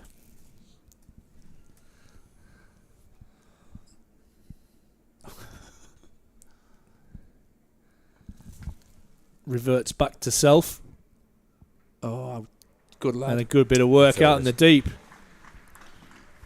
think that's Cody out there, I think. Cody Youssef and Colin Ackerman Yeah. in tandem. And that will really please the coaching staff that the fielders are busy and working together. A real non-negotiable in white ball cricket. 100%. Red ball, it's more slip catching, obviously, but in T20, it's just everywhere these days. You can't really hide. Rain again. A little bit of confusion. But excellent over. That's 3 good overs in a row for Durham. Just pegging the Steelbacks back a little. Keeping that run rate in check. 80 for 1 after 9. I think Bretsky did some good counting there. Bit of a sore leg. I think I'll be on strike next over. He thought there. He wasn't. You don't want to get run out though, do you, when you're belting it to all parts? You don't. Phil Mustard, the greatest counter of balls I've ever seen. He'd try and hit the first 5 for 4 in the power play, and then it was always one last one, so you'd be on your heels. What a play, though. Didn't realise counting was a strong part of his game. He struggled after 6. Shoes and socks off. This is good from Zouts. This is just exactly what Leesy and we need here. A bit of... It's just gone quiet a little bit, hasn't it? Yeah. Which is exactly what you want. A bit more pressure on the batters and hopefully force a mistake. Yeah, might lead to a big shot here from David Willey. Might take the leg spinner on. And there you go. And he does take him on, and he hits it beautifully straight back over his head for 4.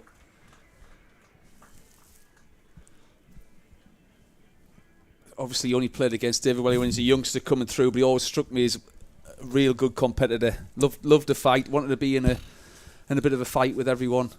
Yeah, yeah, he is. Sounds like his dad, even though he was umpiring. See the way he taps his bat, he's ready. Yeah, there's lots of intent, isn't there, in that body language. He sweeps, and sweeps hard, but it will go straight to Matthew Potts out in the deep. I don't think I've met many people that hit the ball harder than Willow. I've seen him hit some massive shots, but just the way, like even those singles there, I mean, how hard he hits it. He's a strong boy. So is Bretsky, to be honest. So, again, a breakthrough here would be very nice. That one's tossed up, and is this the wicket that Durham have been looking for? Oh. It is, it's caught.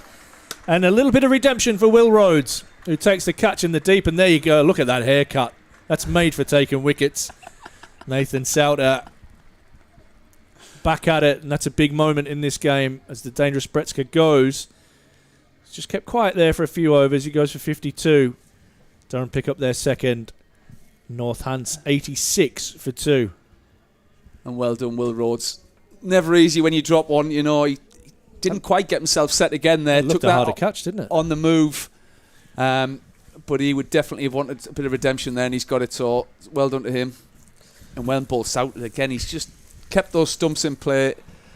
Obviously, Dave Willey got him away for 1 early on the over. But it's a good little squeeze from Durham here.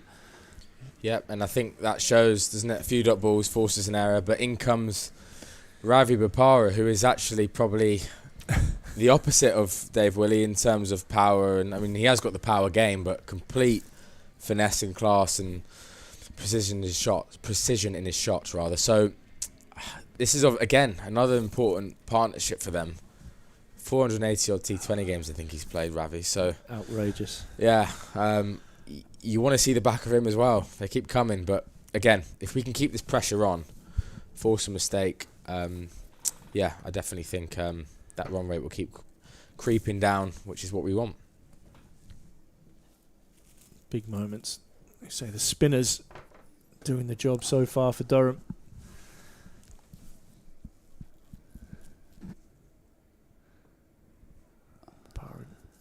Thick inside edge out into the leg side, trying to hit that one a little bit straighter, but will definitely take getting off the mark first ball. He's been around forever, hasn't he, Ravi? Yeah. I think even I played against him. He's that old. Yeah, he has been around for a long time, and you forget how much he's played for England because it was so long ago. Proper player. Yeah. Didn't he get 300s in a row in Test cricket? Is that a thing? That's West Indies, was That's a record, I think. This one beats the bat, ends. For the number he's batting, I'm sure it was. Yeah. Ends the over. And at the halfway point, that run rate is just starting to get back to manageable territory. 87 for 2 at the halfway point. Durham just picking up a couple of wickets in the last few overs. And after that initial onslaught in the power play, Durham have recovered pretty well once the field's gone back.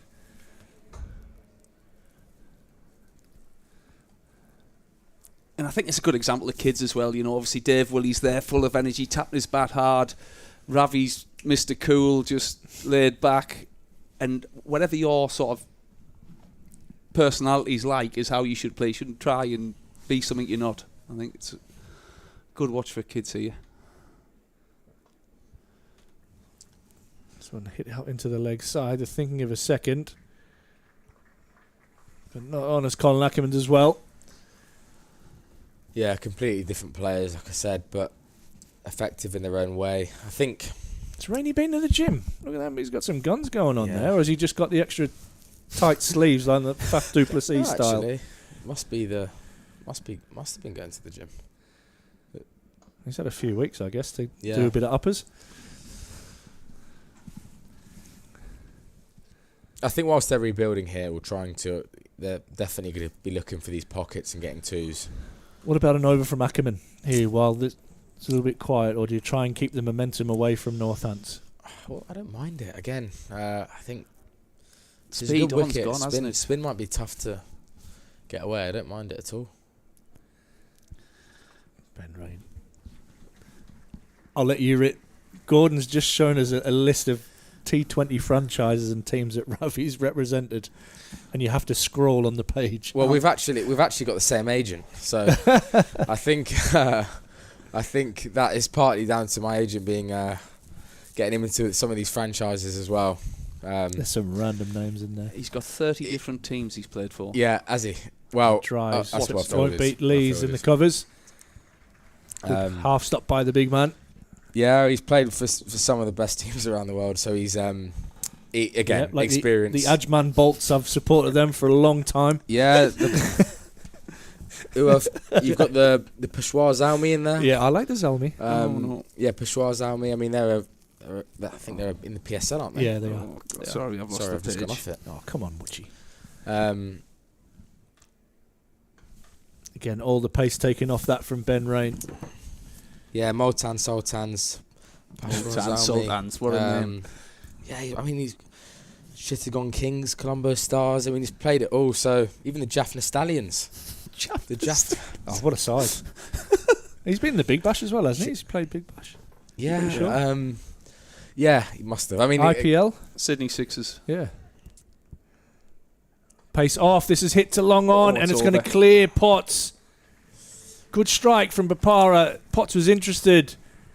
Hands on heads from the Durham fielders. I thought that we're in with a chance of breaking this partnership. But Bopara gets that away for 6 off the last ball. 97 for 2 now, the Steelbacks. We needed one of our long strings. Is that what you called them? What, Hoggy or He's just long, aren't they? The Ben Scrimshaw. McKinney out there? Yeah. 491 T20s. There you go. Wow. That's got to be up there with anyone, really. I wonder if it is the most. Well, no, I think Pollard and Lay above them? Bravo would be up there. He's got to be up there. It's a lot of cricket. And I'll tell you what, I think he's still got more in the tank. I mean, he's just nailed that. Yeah, the way he's talking about his cricket and stuff, I don't think he's done yet. He's 42? No, he's 40 in 75 days. Oh, so he's not 42. He's 40 and Willie 75 goes downtown again, and that goes all the way for 6, and that shows the power of David Willey. Just a little bit full maybe from Souter. Willie gets underneath it and hits it straight and hits it hard and hits it all the way. Yeah, Souter there just remonstrating to himself about bowling into the pitch, and that brings up the 100 for the Steelbacks. And I think that's what Dave Willie's looking for. He's looking for that step hit. Even with those 2 straight men back, he's backing himself to get it over that 65-metre boundary. Just tightening up the gap a little bit between long off and long on. Bold. Goes back to his normal length there, Souter.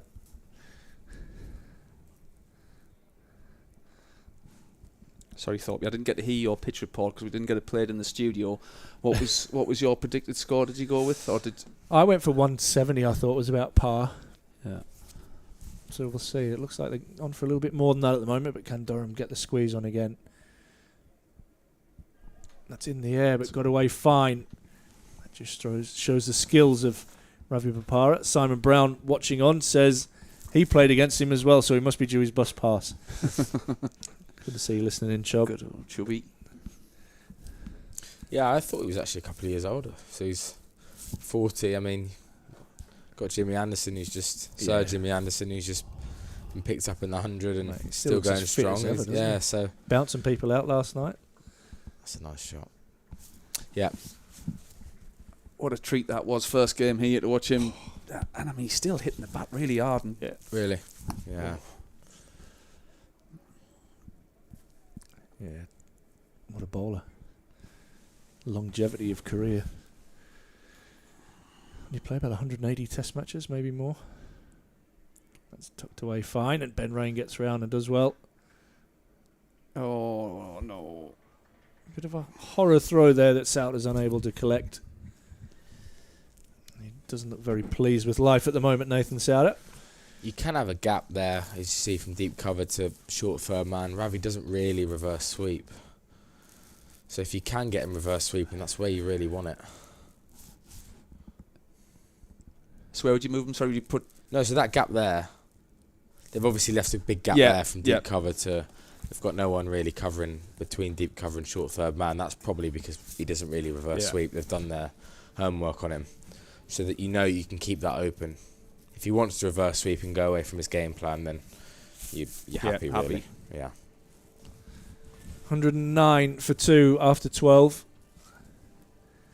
Another little partnership building here between these two. Parky back on. He'll definitely be on to look to take a wicket for sure. Get that celebration out. Yeah, I reckon he'll go big if he gets one of these two. Is that a little bit of rain on the window, or is that... Have I just not noticed that? It looks like there might be a little bit in the air there, yeah. Having a look at the side screen at the far end. Bald. Parkinson again challenging the stumps. It's a big boundary out there. Bopara thinks of 2 and we'll get back. Well, so despite being 40 years of age, and what Ravi will do now is he'll just take a little bit of time in between those. That's something that I definitely learnt. Just relax, maybe a shoelace or...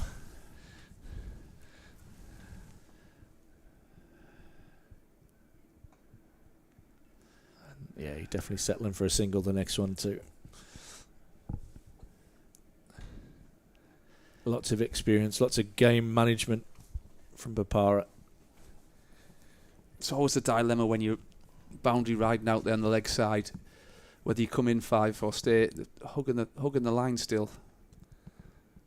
I think with that's Willie muscled over cover for 4. One bounce and smacks into the covers. Powerful shot from a powerful man. I was just about to say, I think Willow's going to go here. I think he's obviously realised they're 2 down, 7 overs left, and more batting in the shed. I think he's really going to look to go. Goes again He here. hits that, and that will go all the way for 6, just over the head of Will Rhodes. And right on the money, Emilio. Looks like they've identified that, like you said, there's plenty of wickets in hand. What you don't want to do is think, oh, maybe we could have gone a little bit harder, a little bit earlier, and leave yourselves 20 or 30 short. Willie on the march. And goes in the air, and that is massive. That could be on top of the media centre. And there you could hear the clatter as it thumps into it. I just thought that 6 there, he's got none of that, the one before. The one that's just gone over mid-on. Yeah, he got plenty of the next one. And I was just about to say it, and then he's just he's just absolutely launched it onto the roof of the media centre. But that's the strength of Dave Willey. Like I said, this will be Dave Willey looking at the scoreboard, 2 down, 7 overs left, and very much thinking, right, this is the over. Left arm into my arc, and I'm going to target Parky. And be targeting 200. Yeah. Takes a brave man. Do you think a bit more pace off might? That's a big move. But he does it. He tucks him up nice. Get out the over. Big over.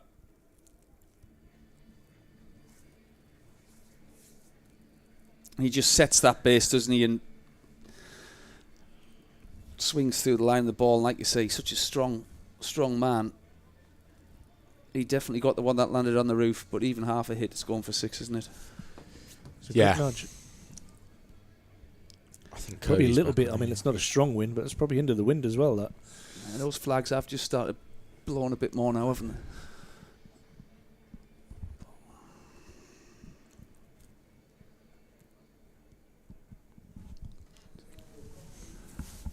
they?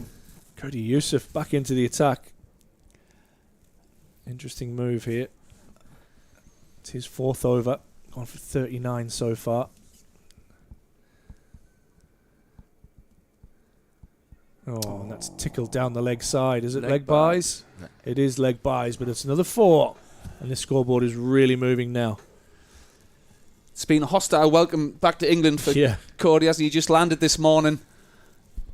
But it's not through lack of effort. He's come charging in all day, hasn't he? He might have wished his flight was delayed this morning. He could break this partnership. He's played his part if we win this game. And that's what he's been brought back on into the attack. Get my words out there. To try and break this partnership. These 2 experienced players at the crease.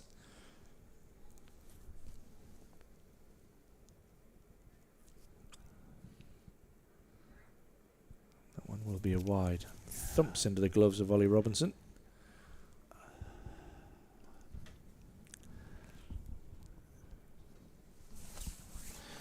134 for 2.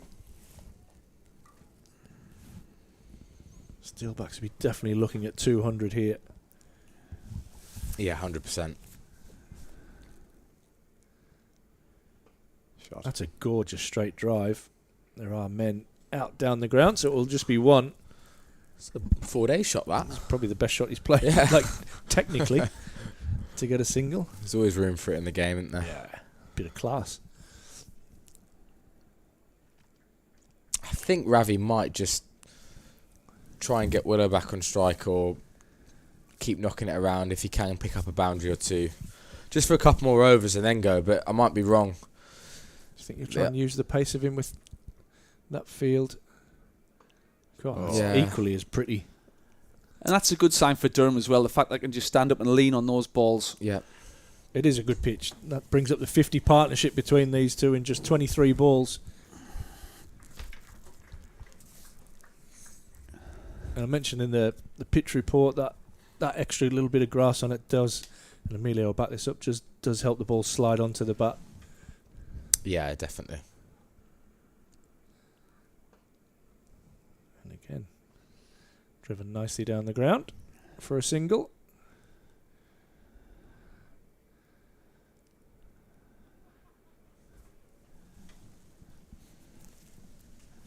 it'd be interesting to see what. Obviously, we've got Surrey here next, haven't we, in the Champo, and with the Kookaburra Ball, it'll be interesting to see how Double that plays. Kookaburra against Surrey. Yeah. Who would have thought? Yeah. Who would have thought? That's a lovely shot. Wow. Hammered. Souts Oh. What's happened there? Has he just hurt himself, Nathan Souter? Hopefully he hasn't He's called for the physio straight away, so done anything too bad, but he looks in a lot of pain, Nathan Souter.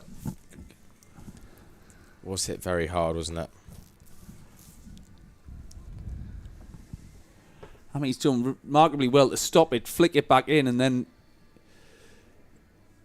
hopefully he's okay. Absolutely crunched it. Don't know if it's just jammed his fingers into the turf. Might be one of those that just stings for a little bit. Oh, I don't know if he twisted something. Is it his finger, or has he done his... I don't know if he's twisted or... Oh, it is his finger, yeah. Hand. And it's his left one. She'll be right. You're from Blacktown, Souths. Come on, get on with it. You're supposed to breathe them tough out there. He's managed to... I reckon it's just jammed his hand into the floor. I'm sure. I think he looks okay. Wouldn't mind him putting the hat back on though. Cuddle from maybe Susan. a bit of Susan's hair to cover it up. She's trying at the moment. I think he looks in pain, but it doesn't look anything too serious. No, it's just a... I don't think. Otherwise, I think he'd be coming straight off. Good news for me is that you can see by the pictures just a little bit earlier is that he's able to make a fist. Yeah. I think it's probably the initial, all the blood rushes to it and it gets hot and it gets sore and then hopefully it starts to ease off. What's his leg? Now he's getting a bit of treatment on his leg after all of that. But he did twist funnily, did didn't he? look When as if he twisted his it. weight was going back. He'll be all right. There's nothing worse than having a ball crunched at you when you're in the ring. At least it's warm.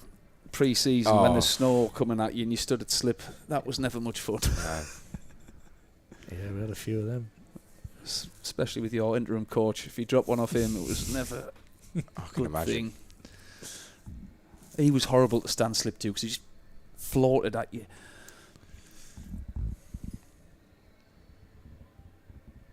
But no. What's your thoughts on this Kookaburra Ball then, Emilio? Are you a fan as a batter, or do you think it's good for the game? I think I am actually a bit more in the minority in terms of cricketers. Well, just from what I've heard, I actually think it's good. Yeah. Yeah. I mean, don't get me wrong. If I get hit for 800 again next week, I might pack my bags and leave Taunton because 820 wasn't fun. But I just think like it adds something different. It gives bowlers something different to think about potentially. And don't get me wrong, we've seen a lot of runners scored, but that might be more down to potentially leaving more grass on the wickets or the time of year. I don't know. I'm not obviously an expert in regards to the pitches, but I just think it's something different. It's not the whole season; it's a few games, and I think it brings in different elements into the game. Yeah, spin, bit of pace. I think obviously It's funny you mentioned spin there, but often with the Kookaburra Ball they'll leave extra grass on, so sometimes negates the spin. I agree with you as well. I just think it gives counties something different to think about. Different options, different variety in attacks, and I think England, with the ECB, obviously looking to, breed bowlers into Test cricket, and not just bowlers, batters as well. Facing different types of bowling. Yeah. So I just think it might seem at first potentially not the best thing, but you got to start somewhere, right? And I think over time it might just help counties and bowlers think of different avenues, because if you want to play Test cricket or go down in Australia, wherever, South Africa, you're going to use it, aren't you? But the pitches are obviously a big part of that as well. It's good to see Souts he's up and about, and he's been moved to backward point. Hopefully it doesn't go to him again. Bold. Good Yorker from Yusuf.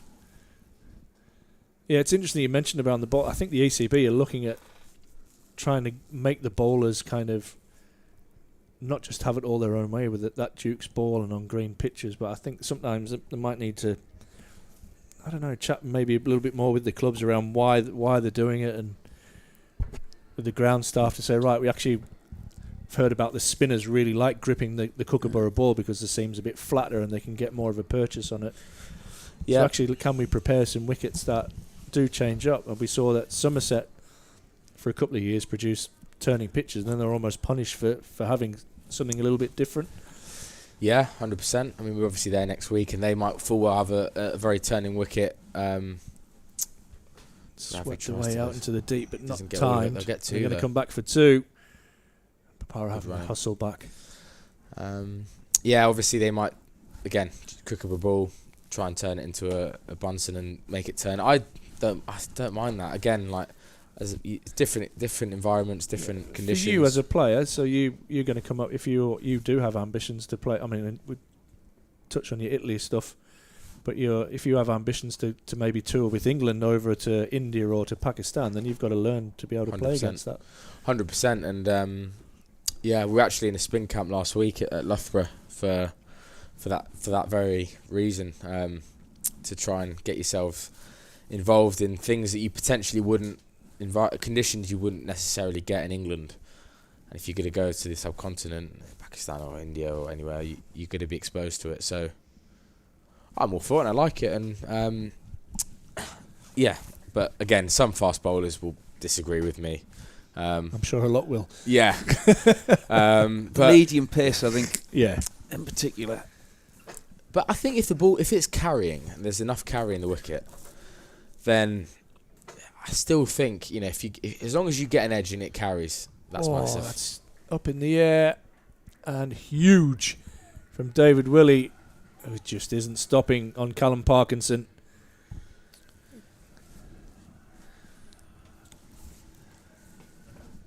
Yeah, I think again, if you get an edge and it carries, that's kind of what the bowlers want, isn't it? Really, it's a bit different when you're slaving away and you finally get an edge and it trickles to slip. Yeah.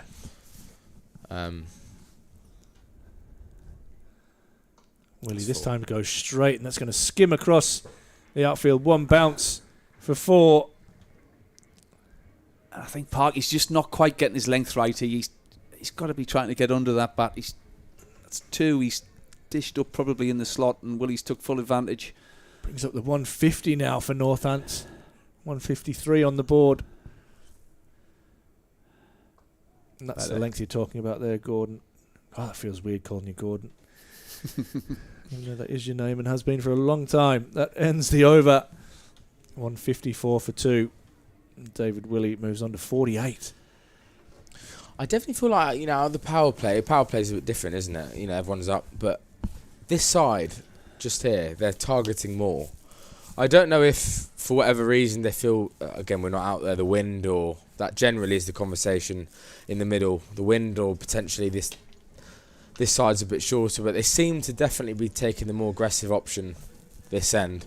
I know Souts is obviously a bowler that they've kind of tried to nurdle a little bit, but with 5 overs left and they're 2 down, I don't know if Dave's going to do that for much longer on this end. Might try and get a couple to his 50 and then go, but interesting to see how Soutley goes here. Little twist of the knee a couple of overs ago, and a right smack on the left hand. He gives him width, and he gets clobbered for 6.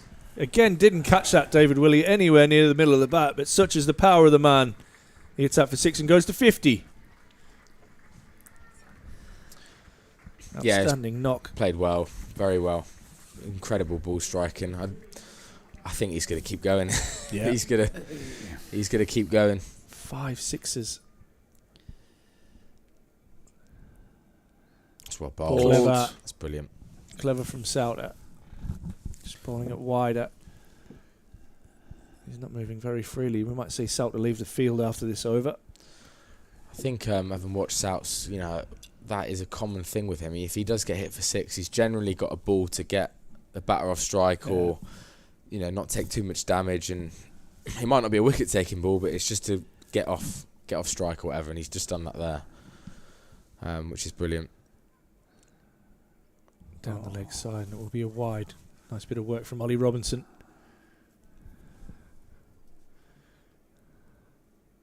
That's it. As we spoke about, I mean, obviously Durham got 200, I think, last home game against Notts here, so they'll not be panicking too much if Northants get 200. No, it's a good pitch. Good pitch. Another really good surface here from Vic and the team. Yeah. But Vic said it was 65 metres all around.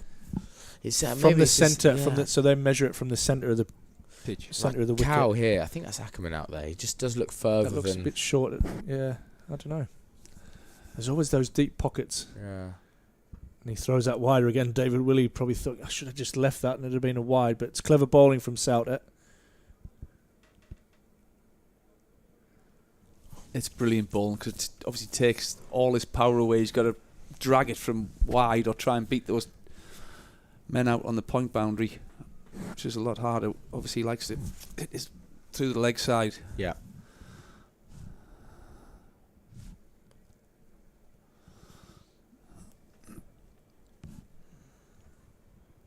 Papara gives himself room and carves it away behind point. And you mentioned the gap there, and he finds the boundary. It's really, really good batting from Ravi Papara. Yep, and again, not power, but placement, precision, and just using the angles. It's something that he's done so well for so long. It's no surprise that he's found a different way of doing it, and I think Rav's going to probably look to go as well here in the next over or two. There's no point holding back now. He's just eyeing up that extra cover region and that point if he goes a bit wider, isn't he? Again. That's credit to Papara because he's given himself a little bit of room a couple of times, and Souter's probably trying to tuck him up and not get hit in that gap.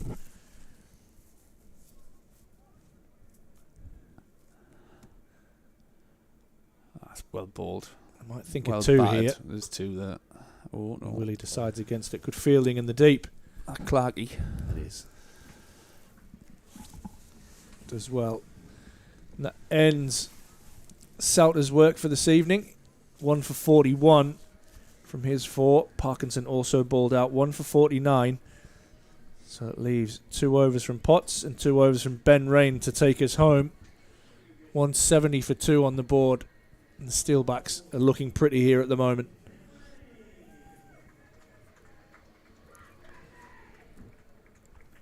I mean, yeah, Northants have still got batting in the shed as well. Safe save yet to come in.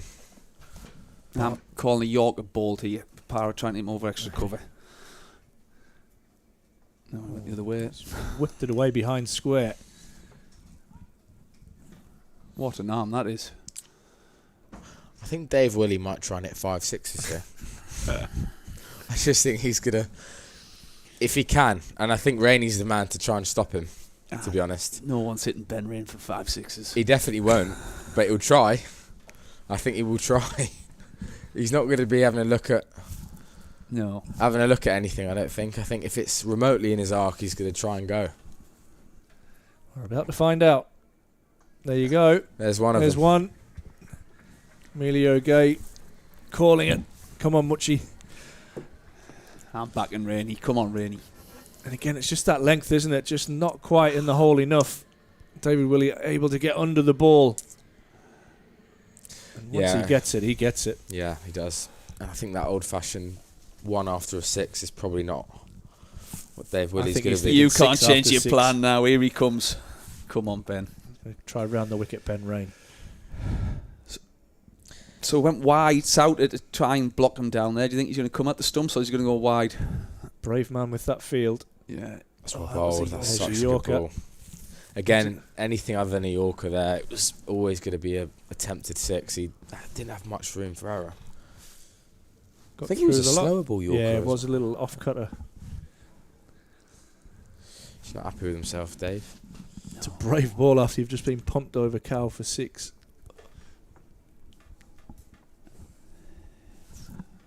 Change your luck, I'm going to stand up. No, the sun is right in my eyes. That's what bowls. Right in the hole again That's from what Ben bowls. Rain. And a few in fancy dress down in front of us. A traffic cone and a couple of bananas by the look of it. I saw the banana as I was coming in. Yeah. Are they having a few? They look pretty young. I'm not sure they're on it. Never seen a traffic cone before. There You go. do see some odd some remarkable things in cricket, don't you? I was watching a test match a few weeks ago. I think it was at Edgbaston. You had a pig running around and 4 butchers running after it. 4 people dressed up as butchers, and there was a pig just running around. And like, what is going on? I did see that. That was. Like, we're not talking like 18-year-olds. We're talking like fully grown men. Oh, that's full, 4. but Ben Rain gets away with that one. And Potts has his own little fan club down here. Again, Willie, I think he'll be disappointed he hasn't done more with that. Yeah, I think Potsy was very straight, wasn't he, as well? So, but that's your better miss, isn't it? On the full side, rather than hitting that length where you can get under. I don't know the way he's going. 62. I think this could be Ravi's 6th back. Sorry. Yeah, he just got yorked, didn't he, the last ball? So I did see him call for another one.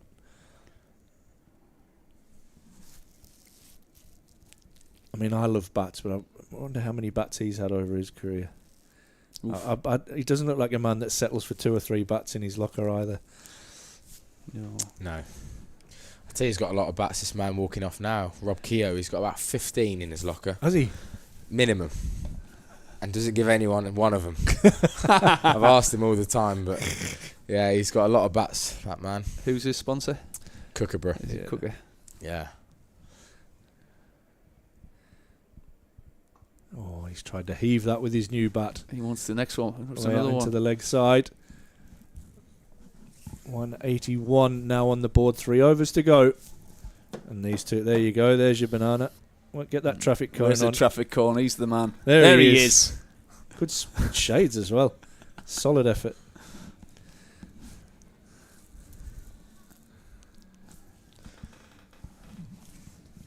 Matthew Potts, the man into the attack to try and stop the flow. You have the Steelbacks in this partnership. It's at 95 now. These two experienced T20 players. Potts got 2 overs left and Rain 1. Yeah. They're going to finish up for us, do you think? It's gone the scoop, and this is going to be out. Caught by Bedingham. Good line from Potts. He initially looked to go the leg side. Did well to adjust to try and get it over Bedingham at short third man. But Bedingham, well, sort of gets off the ground to take a catch over his head, but a huge wicket for Durham to break this partnership of 95. The power of the man to go. Caught by Bedingham off the bowling of Potts for 33. And the Steelbacks look to try and close this innings out. And that's a fantastic partnership from these two. Set the innings right up here for the end. There's nothing worse as an in-batter than getting out when it's really the go time. But Ravi and David Will, you've definitely put Northampton into a fantastic position here. It's just up to the other guys now to finish it off. Saif Zaib, the new man, to the crease. Left-hander. Handy cricketer with his left arm spin as well. He can hit 360 safe. I've seen very few players hit all around the park as well as him. So he's a tough person to bowl at just because you kind of need your third man and fine leg back, really. Are you thinking now just get one and get Willie back on strike for now, or do you just go from both ends? I think trying to hit a 6 first ball is probably... I think you're trying to hit a strong shot, aren't you, into the gap, but to try and clear the rope first ball. There's still, 17 balls left, and Willow's obviously 63 not out the other end. I'm probably giving the strike to him. I think you can just about see Potsy's touch there as well. He's done well. It's only taken 6 months. Oh, and that's a fully. He just tucks it away into the leg side. I think both teams would be happy with that result. That run brings David Bully back on strike.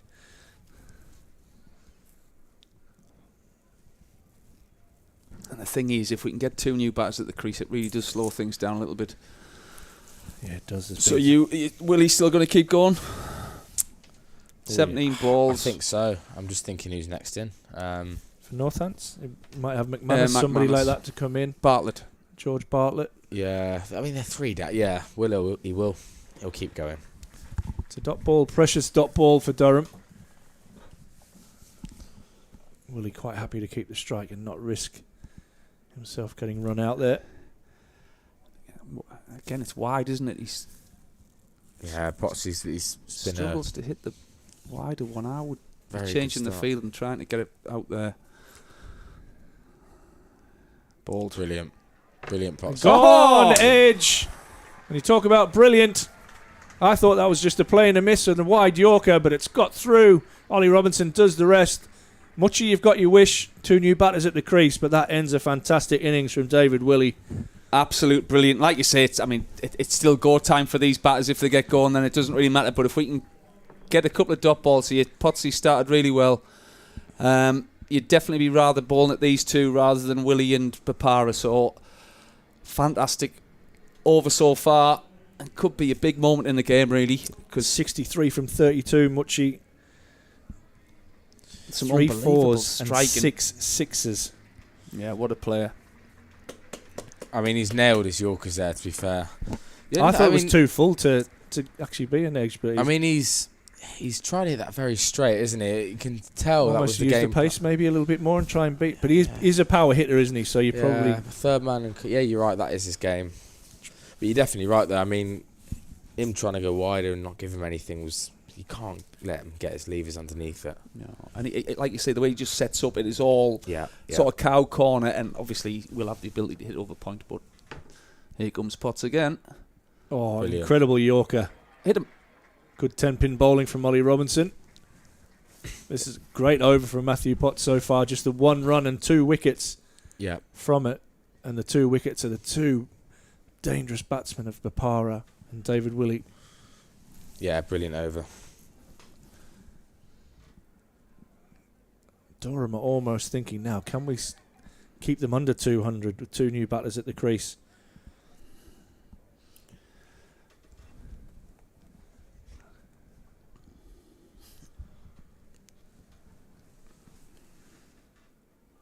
Great bowling, Matthew Potts. That is a superb over. 2 wickets and 1 run from it. The Steelbacks are 182 for 4. Full credit to Matthew Potts here, Emilio. Amazing, absolutely amazing. He's been brilliant. I said at the start I'd be up for this. This is the type of game Matthew Potts lives for. I think he was the bowler that had Bretsky dropped as well, wasn't he? He was. Yeah, so I mean he's been, to go at 6.7 when they're 182 for 4 after 18 overs. Yeah. Pick up 2 wickets and also should have had Bretsky early. You can't really fault his performance, and it's not surprised me in the slightest, to be honest. I think he'll obviously finish off, won't he? Yeah. Again, I know Northampton's gone well, but big 2 overs. I mean, you can keep them under, nothing past really far past 200 or in and around it, just under. I mean, wishful thinking, but you never know. It's a great end.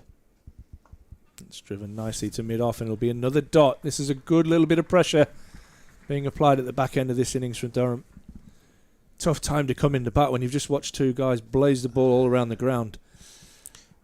See, what I'm thinking here now at Northants, if they don't finish strong and they end up not getting 200 or anything too much, they'll be quite disappointed with that, and that momentum for us will go into our batting. They won't be too happy at half time if they don't finish well here. Oh, a bouncer which is top edged. No, and it is going to go all the way. Ben Rennie's so unlucky there. How's ball's that? Carried miles. How's that gone for 6? He is perfect. I don't think he could have bowled a better ball there. He's followed him. He's kind of got under it, and That's a top edge, wasn't it? Yeah, it was a top edge. It's just flown. I tell you who's pleased to hit the bat, Ollie Robinson. Hands up in front of his face. Yeah.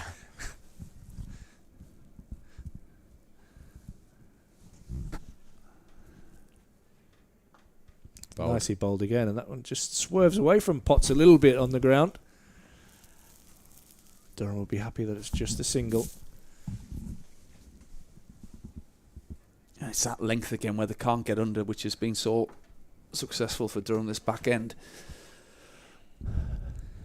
Bartlett, where's he looked to hit them? Emilio, is he in the finishing I positions? think he's looking at cow corner here. These, It's a big gap, that, isn't it? These covers over here, I think.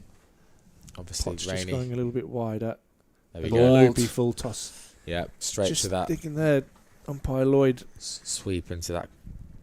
I mean, yeah, this just for me shows the importance of still taking wickets, doesn't it, in T20 cricket? You know, it's easy to get wrapped up into stopping the batter scoring, but these two set batters is completely different. New batters need a few balls to look at, and that's really important. Oh, the old That's a reverse great is shot. incredible. That I thought was first hit him right on the toe, That's a but great great shot. batting. As And a Ben- bowler, you've just got to hold your hands up and go, well played, because Yeah. that's a great Yorker. He's Really executed what he's tried to do there, and the batter's come up with a little reverse scoop past third man. That's a great shot. Might try and take the pace off the next one. Still try and find that Yorker length. Not an easy skill. I think he's going to try and go back to cow corner here. There's that Yeah. slower ball that's hit in the air. Oh, Great oh effort. incredible effort. Brilliant. Colin Ackerman in the Brilliant. deep. Brilliant. There's a chance of a run out. No, that's amazing work out there. Took the catch and flung it back in the infield to save his team 4 runs, and that could be important 100%. come the end of And tonight. that's looking straight into the sun. He's almost horizontal there, which is an unbelievable bit of skill.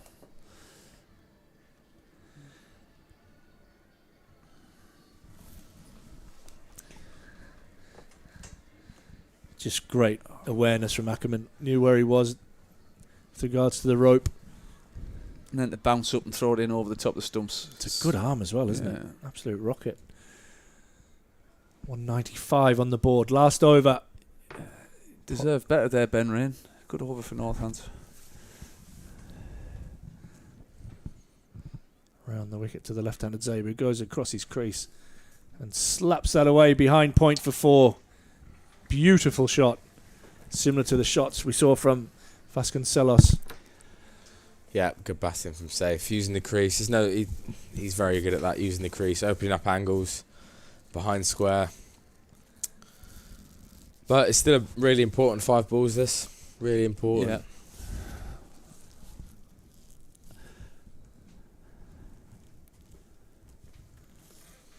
Can he find that Yorker length again, Potts? The answer is yes. Bold. This one's hit down to long on. It'll just be the single. That brings up the 200 for Northants. 4 balls remaining. You've got to take your hat off. So far, this has been an excellent innings from the Steelbacks. How many, Winning the toss and batting first. how many did we get against Notts? 230 was it? Yeah, loads more. Yeah. Obviously. Excellent surface as well. Yeah. Seen some of the shots that have just been lent on with regards to drives, let alone the big power hitting from David Willey. Well, you could see, couldn't you, the way Bretsky was hitting through the ball. Obviously a great player, but in T20 stuff. But yeah, you could see. Another attempted scoop is gloved and caught behind. Brilliant from Potsy. Potts, I was maybe double bluff there, thinking, well, Bartlett was definitely thinking block hole, trying to get down and scoop again. Potts hit the pitch hard, hit the glove. Ollie Robinson does the rest. 200 for 5. Bartlett goes for 6. And dot balls and wickets at this stage are absolutely vital for Durham. Brave shot. Yeah. I mean, all the dentists are closed at this time of night. Was it pace off that? I couldn't. No, I quite think tell. he's bowled it hard into the pitch. Hard yeah. pitch. I think Lewis will be aiming for Bannantine. Yeah, he Yeah, likes a sweep, doesn't he? he does, but Potsy's obviously a bit quicker than... Dangerous player. Yeah.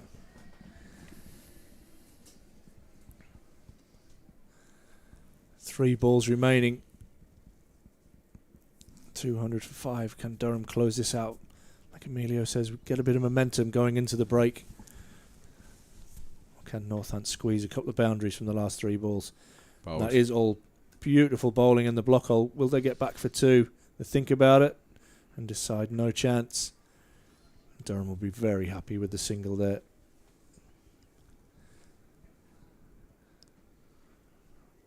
does bring Safe Zay back on the strike. 13 from 6 for him so far. And I think he's the kind of player that will look to use the pace on the ball. Trying to hit the ball behind square. Mid-off up in the circle. This one's clipped away down to long on. McManus again says no. Brilliant from And a Potts. good throw. This is brilliant. This is Potts really good. executing nicely here. His figures by miles the best for Durham.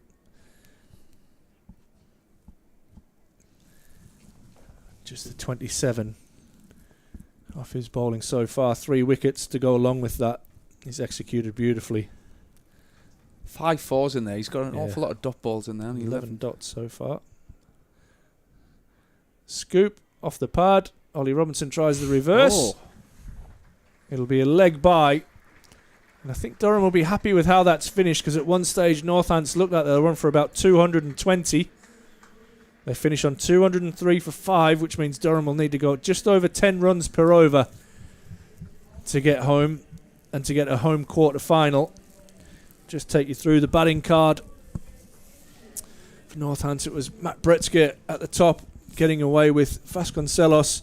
Bretzke with 52 was caught by Rhodes off the bowling of Souter. Vasconcelos was caught Potts off the bowling of Parkinson, and the spinners just held them back a little bit, but then a magnificent partnership between David Willey and Ravi Bopara of 95 before Bopara went, caught by Bedingham off Potts for 33, and a couple of balls later David Willey was caught by Ollie Robinson off Matthew Potts for 63. Safe Zabe ended up 14 not out. George Bartlett was caught behind for 6 off the bowling of Potts. McManus just got the 1 run. Northants finished with 203 for 5. Bowling figures. Well, it was a difficult night for Durham's bowlers. Cody Youssef 4 overs, none for 44. Matthew Potts, the standout, 3 for 27. Matt Parkinson 1 for 49. Sorry, Callum Parkinson. Matt Parkinson, I don't care what he's doing tonight.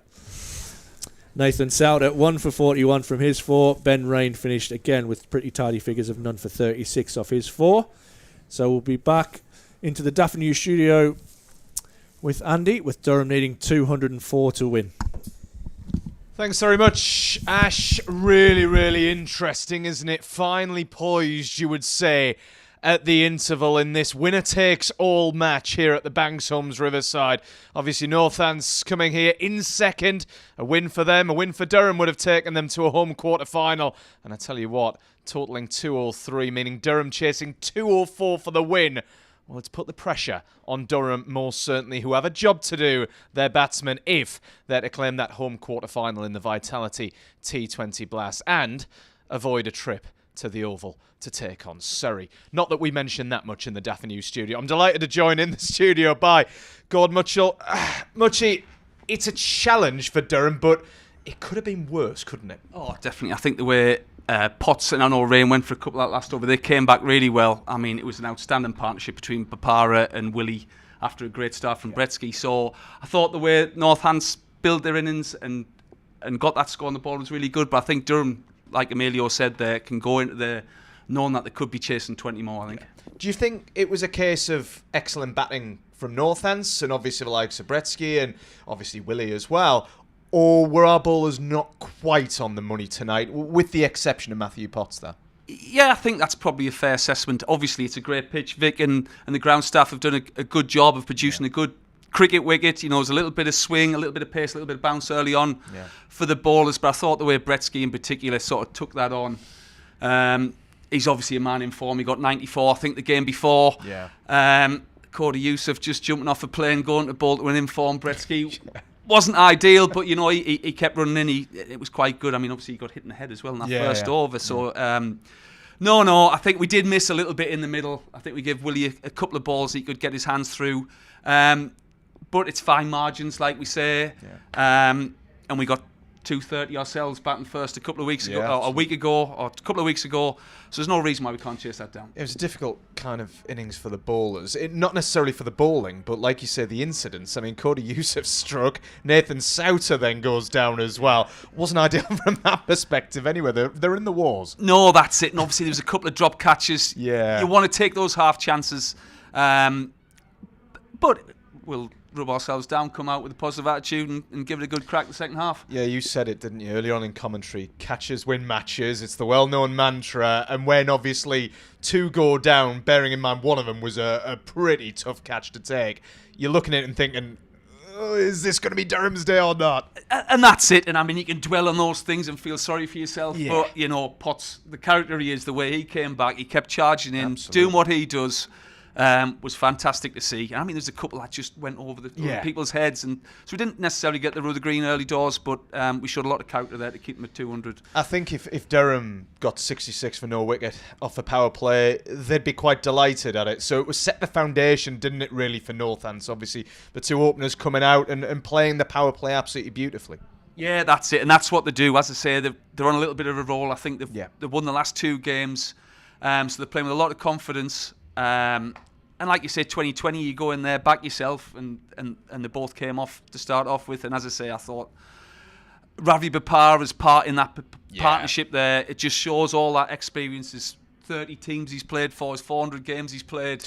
The way he just kept rotating the strike, and as I say, Willie just did what Willie does, and he's very destructive, isn't he? Well, that's the thing. I mean, Emilio Gay called it on commentary. I'm going to have to ask Emilio for the lottery numbers because he knew exactly what was coming at one stage. David Willey deciding to take off and really tee off against Callum Parkinson in particular, which was a bit difficult for Parky, obviously returning figures of what he went for 49, didn't he, in the end? But, I mean, there's not much you can do when David Willey just flicks that switch and decides he's going to hit out. Oh, exactly, that's it. And obviously the match-up, it's spinning into him. He likes to hit the leg side. I think Parky didn't quite nail that Yorker as well as he'd have wanted to, so he gave him a couple of sort of balls in the slot. But in typical Parky fashion, he kept on running in there, trying to get him out every ball, which was all he can do in that situation, isn't it? What makes him such a destructive batter, David Willey, apart from the fact that he's got the power of the Incredible Hulk at times, it seems? I was going to say his muscles are one thing, I think, but he just sets that wide base, opens that front hip up, and you know where he was. I mean, I was calling for it. It's easy sat here to maybe take it outside his eye line and make you drag you or make him hit you past backward point. But he's had an unbelievable England career for Yorkshire. He's gone back to his home county to try and win some silverware. Yeah. I mean, we talk about characters, Potts, Parkinson wanting to put a good performance in. He's going to be wanting to win this game for Northampton, get them to that finals day. What's it like for a bowler when you're kind of running in your face? And I think Emilio again kind of called it, and he just looked. David Willey just looks intimidating almost, doesn't he? He's a big man. Obviously, he's setting himself. He's raising his bat several times and banging it down on the pitch. It must be a horrible sight for a bowler. I know. Well, I mean, you can hear him banging his bat on the ground inside our studio with double glazed and things. But it was like, I mean, I always used to love watching Australia, Langer and Hayden back, and he's got that presence, hasn't he, where he's stood there, he's got his game plan, and he's coming at you. Yeah. And to be fair, the Durham bowlers didn't take a backward step. We kept charging in and didn't make it easy for him. Yeah.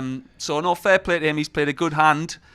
Hopefully it's not quite enough. It's a great point that you make there, Muchie, because at one stage we were looking in and thinking this could be 210, 220, the way that they were going. I think they only had 2 wickets down at that point. Yeah. And then all of a sudden, like you mentioned, Potsy came back into it. Ben Rain obviously came back into it. And it was those last 3 or 4 overs that you'd probably just about give to Durham.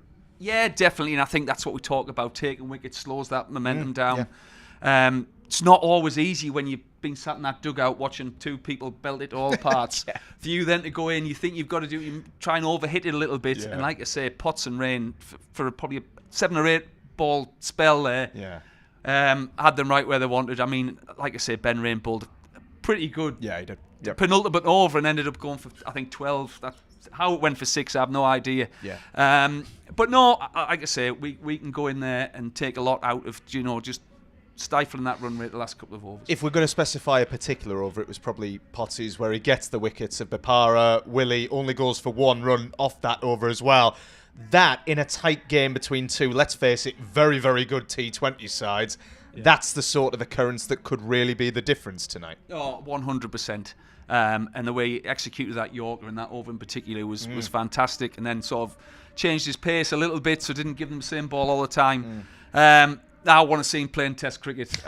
He'll be in my Test team at the minute. But no, what a character, and it's great to have him charging in for us on tonight. Huge for Durham. We were talking about this pre-match, what the par score might be here at the Banks Homes Riverside tonight. We were saying it was probably 170. Then Northants have gone out and got 2 or 3.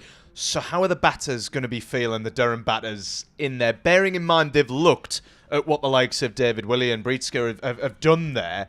What are they going to be feeling, do you think, going out there? Because we've got a really long batting tail in this lineup. Oh, 100%. And I think, like we said, just the same mentality we had for Notts at home. Yeah. Obviously, Leesy got off to a really good start, and sort of Ackerman did the Willie job that night, where he came in and got his 80 off however many balls it was. And that's it. Like you say, they've just got to come out here with their game plans and play their way. I mean, looking at that Northants ball and attack, there's probably no one you're losing any sleep over. Obviously, Scrimshaw, he hits the pitch hard, but his economy's not the best. And obviously, Pope's got a bit of mystery spin. But no, I think if I was these two batters striding out here from Durham, I'd be looking to just watch that ball hard, pick my areas, and whatever happens, happens. Are they doing it? Oh, 100%. Well, it was Emilio called an easy win. I want a nail biter. I want a last ball win. Well, I'll tell you what, mate, Emilio's called pretty much everything right so far, so I'm willing to go with him for definite, as Alex Lees and Graham Clark, like Muchie says, stride out to the middle. I don't know what I'm more surprised about, more shocked about, the way that Northants attacked Durham tonight, or the fact that Ash Thorpe had the temerity. He dared to have a go at anyone's hairstyle whatsoever in Nathan Souter. But that is the case here at the Banks Homes Riverside. Muchie, I'll let you get back to commentary. This is the situation here in Chester Street tonight in this winner-takes-all encounter. Durham need 204 to beat Northants and claim a home quarter-final tie against Kent, Sussex or Hampshire. Can they do it? Let's find out, and let's head back to the commentary team of Gordon Mutchell, who you've just heard from, Emilio Gay, and first of all, sorry again, Ash Thorpe. You're not sorry. Some of us are follically challenged, Andy. It's not, maybe I'll be desperate for South. Actually, I wouldn't. Definitely wouldn't. But no. Graham Clark and Alex Lees out in the middle. 204. The magic numbers for Durham. Just over 10 runs per over.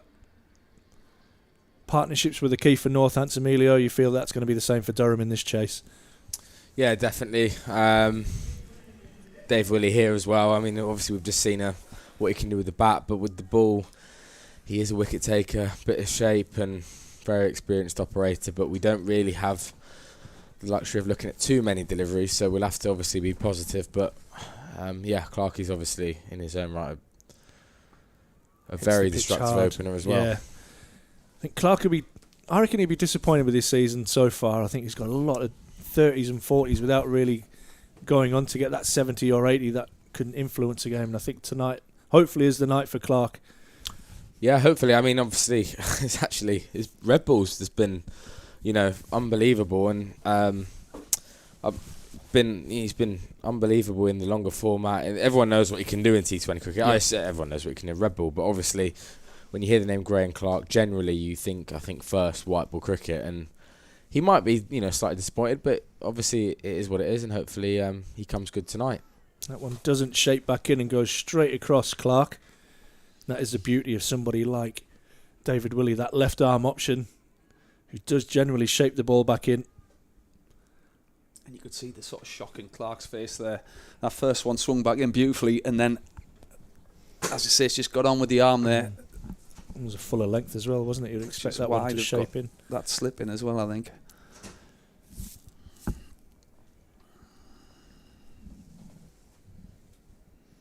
Clark backs away and slaps that one away for Durham's first boundary in their reply. Clark and Lees have been an excellent opening combination in that power play so far this season. This big crowd here at the Banks Homes Riverside will be hoping that continues tonight. And that's Graham Clark at his best. Obviously, just give himself a little bit of room, open up that offside, and he just hits the ball so cleanly, doesn't he? Yeah, very strong square of the wicket. That sweeper now has gone out at backward point and the third man's come into the circle. He gets across. That's 4 more. That one's off his backside, I think, and will run away for 4 leg byes. Take him. Yeah, take them all. Yeah, I think Clarkie's definitely going to... Well, we've seen already in these 4 balls how he's going to play this innings, and it's very positive and definitely the way to go, I think, on this good wicket. He's had the luxury of... Well, not luxury, but 20 overs of watching how the wicket's played, and I think he's seen it's a good wicket, and he's too good of a player to, just go out there and have a feeler. He's definitely going to go and put his foot down straight away. Backs away again, but good length and line from Willie. Don't think Durham need to panic here either. I think they've got the batters that can catch up.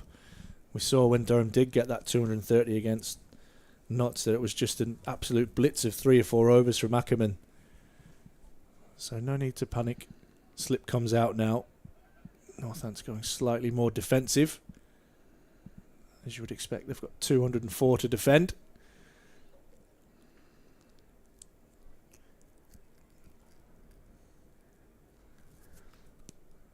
Ooh. That one does swing in and hits Clark on the pad, and will end over number 1, Durham at 8 without loss. A couple of boundaries for Clark. Yeah, it's a good start from Dave, obviously.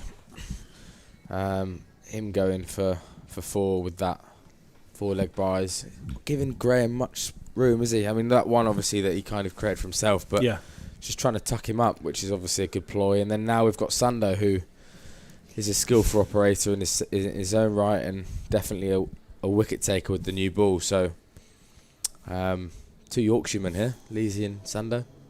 Another one who likes to try and swing the ball early doors. Yeah. Batley, Yorkshire.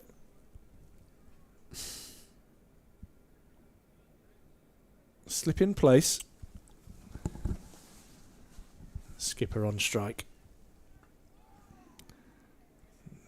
Hitting the splice of Alex Lee's bat.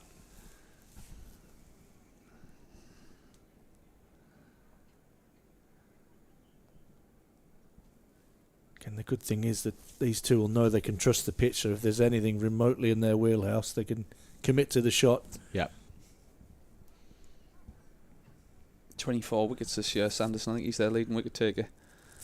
Yeah, he's always there or thereabouts in all formats. Again, hitting the pitch hard. No width on offer so far for the Durham batters. Yeah, he's been a good operator for a long time, Sanderson. One of the reasons why they've been competitive for a number of years in this format.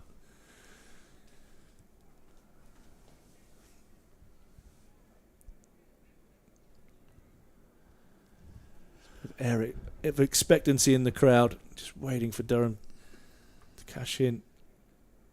Shot. Lees somehow off the back foot punches that one back over Sanderson's head, and it will run away for 4.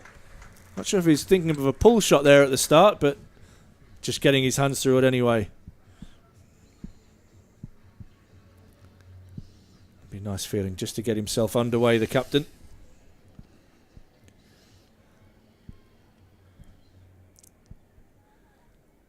That's a great shot. Obviously, I think Willie and Sanderson have both hit the pitch hard here, tried to bowl nice and straight. Yeah. And to be able to get that back down the ground's no easy task. Again, that just comes to being able to trust the pitch, I think, a little bit, and being able to just extend his hands through. That one was maybe a little bit tucked up. This one's edged. Durham will not care one little bit as that one runs away down to third man for 4. Take every run you can get. I don't know if that would have gone to slip or not, or if it was a bit wide. Yeah, it carried well past the 30-yard circle as well there. Oh, did it? I didn't see it very well. Yeah. I kind of lost it, so... It was a big flashy drive. With that, Lloyd Pope just comes a little bit finer. Seems like a character, Lloyd Pope. I think there was a Cinch advert with Darren Lehman and David Willey, and they were saying who's most likely to get lost on the way to the ground, and they all both said definitely Lloyd Pope. Really? They said it wouldn't be his fault, it would be the sat-nav's fault, but he definitely would be the one. He burst onto the scenes in the under-19s, and he bowled England out in I don't know if it was a World Cup semi-final in New Zealand. Yeah, he got a 6th or 7th. I think it was 8. Well, it might be more. 8 yeah, for 20. You might be right, yeah. I think they're only chasing 120 in the.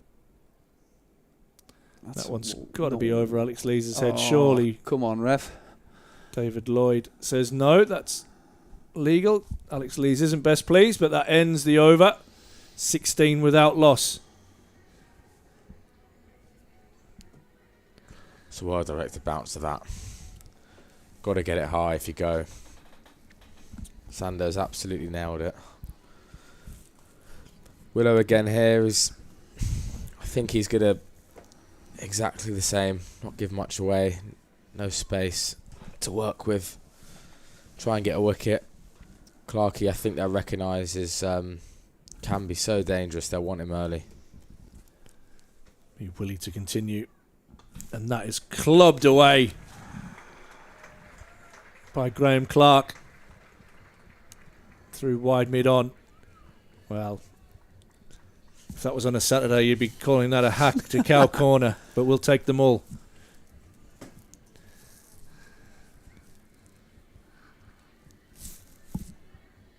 No, and that's it. Obviously, Clarkey setting himself here for the big shot. Just a little bit of width there for him to work with. And he's managed to pierce that gap at straight mid-wicket. Again, signs of just such a good pitch that you can just throw your hands at it. And they've just changed the field there. So is that... they've got Ravi extra cover and bought... Is that Vasconcelos at mid-wicket? Is he one of the better fielders for Northants? Vasco, yeah, he's a big slipper. You know, he's always in the slips, and yeah, big part of there. He's always normally on the boundary as soon as power play finishes.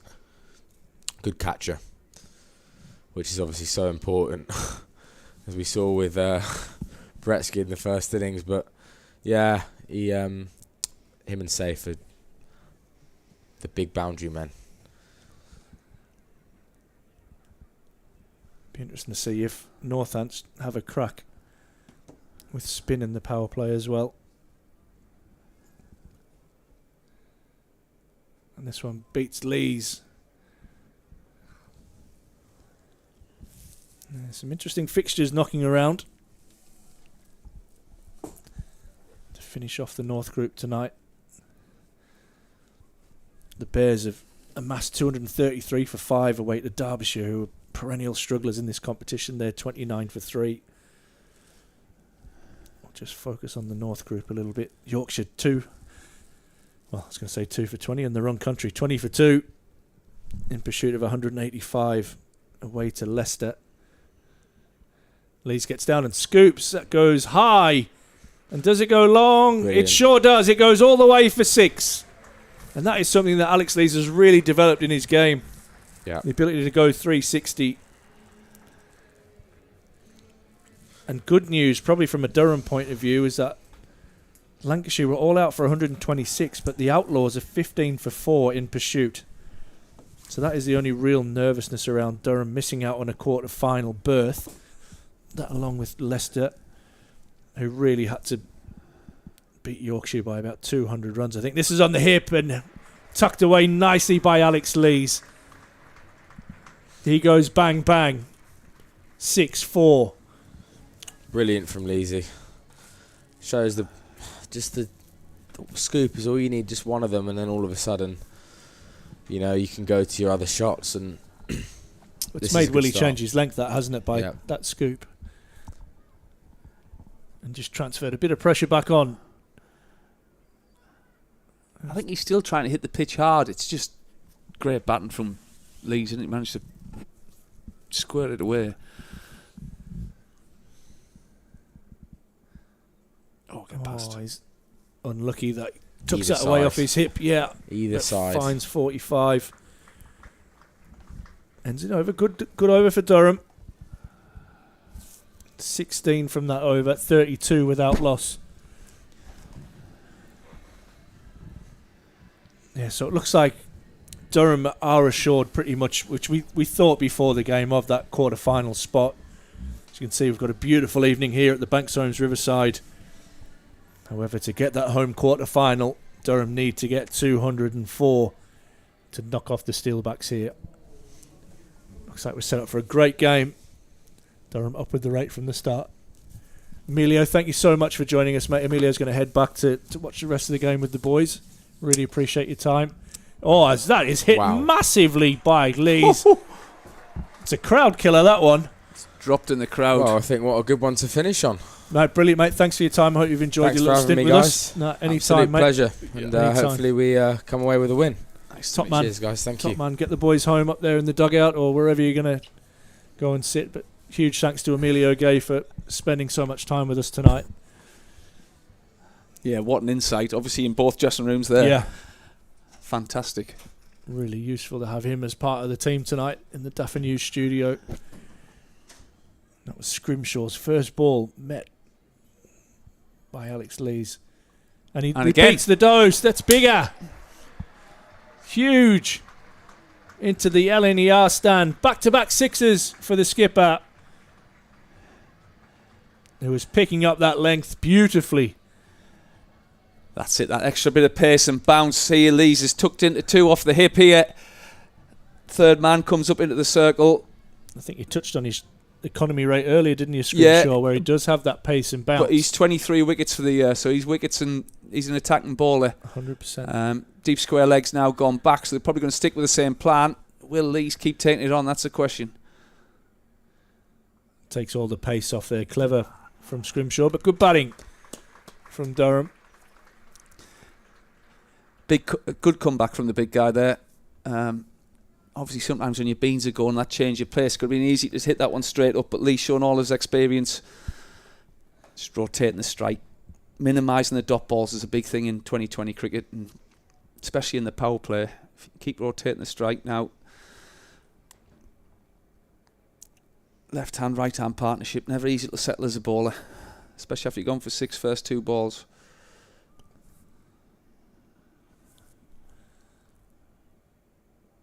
And Clark hits that to mid-wicket, but beats mid-wicket. I thought initially he'd hit it straight to him, but that one races away for another boundary. Durham move on to 49 now without loss. Just the start they wanted, Gordon. Absolutely fantastic. Like we said, ball's coming on the bat nicely. Willie got a couple of shape and a couple of go across the batters to start off with. But since then, it's been all Durham. Oh, and that one's right off the toe of the bat. And takes off Willie. Can't gather cleanly, so they pick up another single. That brings up the 50 with 1 ball remaining in the 4th over. Just the start that Durham were after. And that was it. How many times have you seen David Willie in that position, pick the ball up and fire the stumps down? He'll be a little bit upset he didn't get that in his hand cleanly there. But no, fantastic start. And you normally associate a 50 partnership with Clark. You're doing the majority of it, but Lees is 32 here. Oh, he's gone the hip again. And he hits that hard, but straight to Luke Proctor down on the boundary. That ends over number 4, 51 without loss. And Ash, this pitch does look as if it's coming on really well. Yeah, it does. Just having a little look at the table there, just reassuring myself that Durham are there and thereabouts. But let's look at the positives in that. At the moment, Durham playing nicely. It looks like the Steelbacks are going to go to spin. And we talked about that sort of matchup with the left-hander. Mm. So like Parkinson to Willie, it's Zabe to Lees.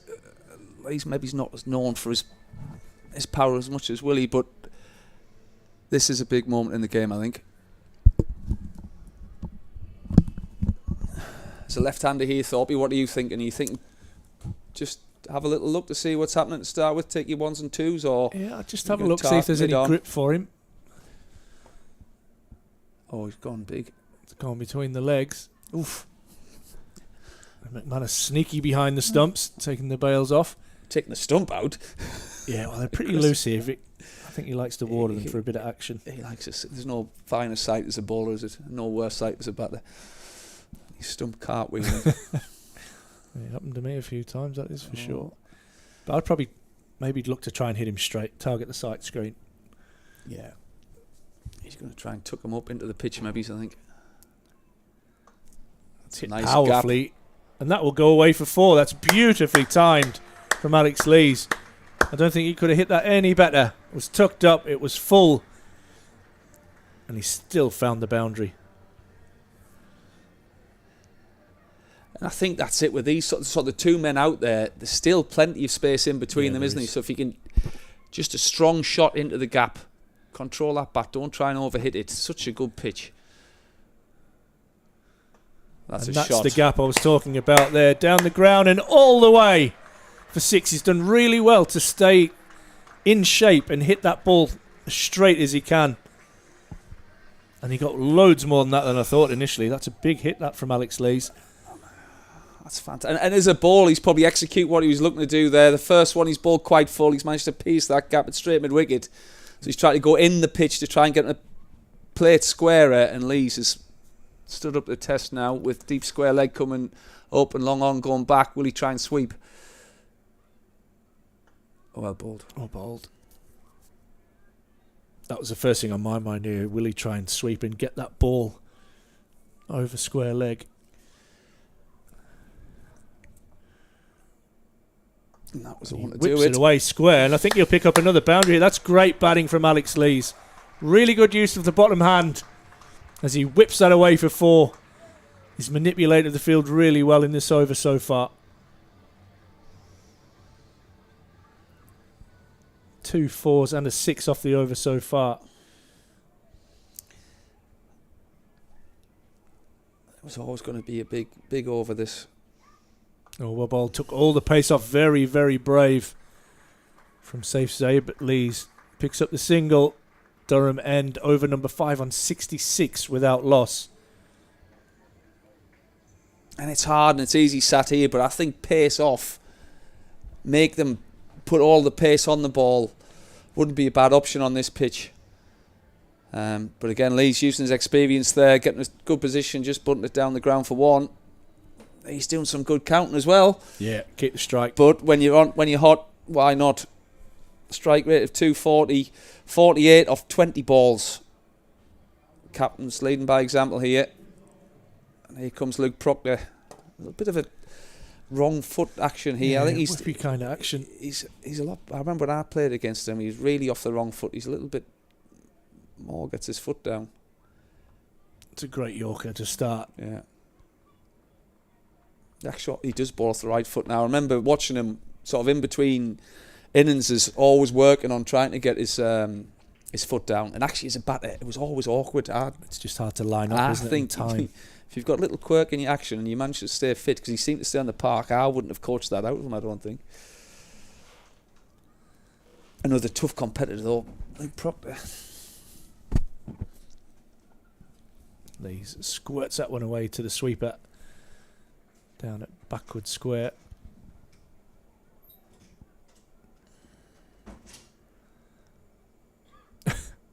Just indicating there to Graham Clark how he's bowling the ball, Alex Lees. I missed that. What did you give it the... I think Clark will be targeting straight in that mid-wicket area here. Yeah. If that ball comes into him.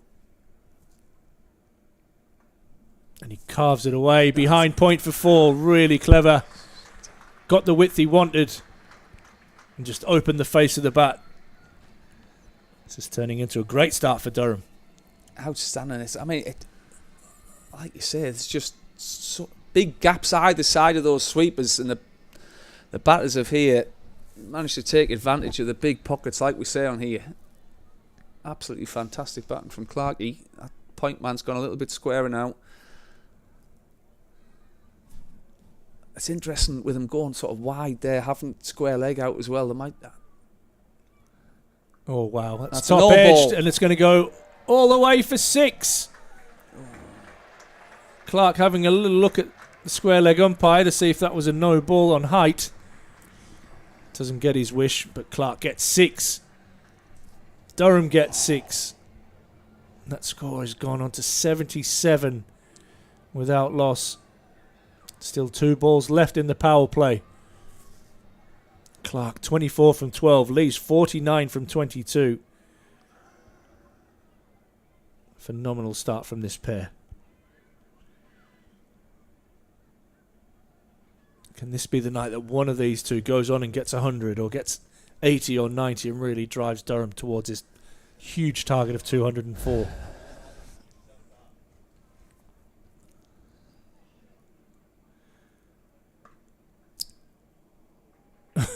Oohs and ahs from the crowd.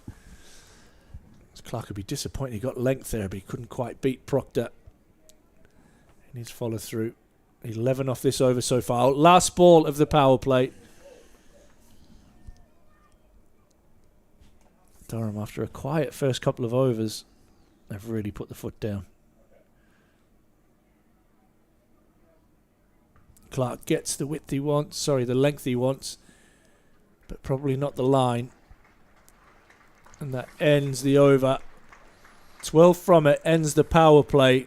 Durham 78 without loss. And that's exactly what you wanted. Obviously, chasing a score 200 is quite daunting.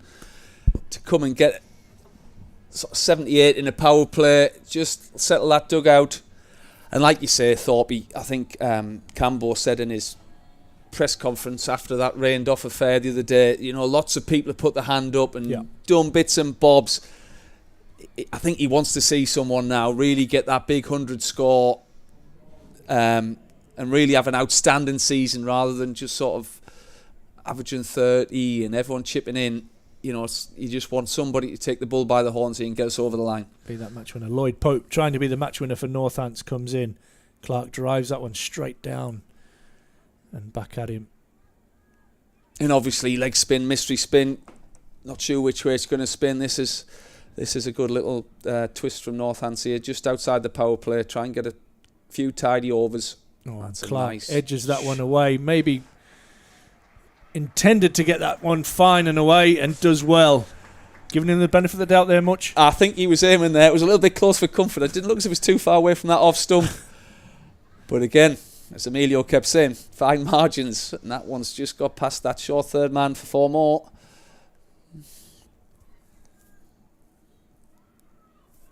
He's a cool character, the old Emilio. He's having a fantastic season. He's a good player. Oh, Clark, full of intent, rushing down the pitch. Manages to get a thick inside edge out to deep mid-wicket. Trains so hard. Yeah. Always, like even on his own, he's got the machines that like self-feed.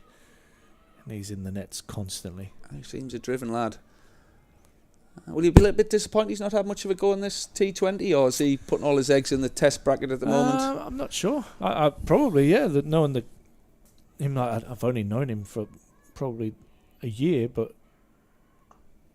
I know that he wants to be the best player as he can, as Alex Lees brings up his 50 from just 23 balls, 5 fours and 4 sixes for the captain. Brilliant knock, but we want more, skipper. The old clubby shout of double it. Clark gives himself room and absolutely nails that through cover. Gorgeous shot. Good control. I think that's the key there. Not trying to overhit it. Moved his feet, opened up that offside, and he just belted it past that straight extra cover. And Sweet, we didn't have a chance. Bit faster from Pope there. And another tidy over from a Durham point of view. 11 from that one. 89 without loss after 7. Skipper, 54 sixes. 1 scoop. 1 punched over long on. And 2 monster, pull/hook shots into the LNER stand. Back to back off Scrimshaw. They're going to go with Ravi Bapara now. Just to try and change it up. Keeper standing up.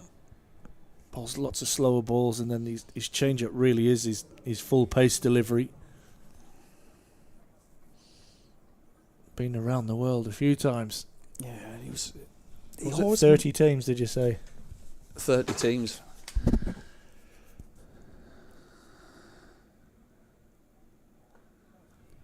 Clark punches that one down to long on for a single. Durham have given themselves a chance here. Just have a look at them. Run rate still 8.9. Lots of cricket left in this game.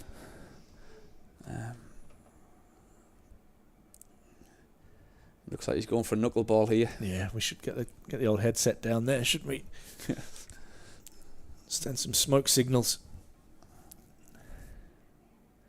Shot. And this bludgeon back over his head.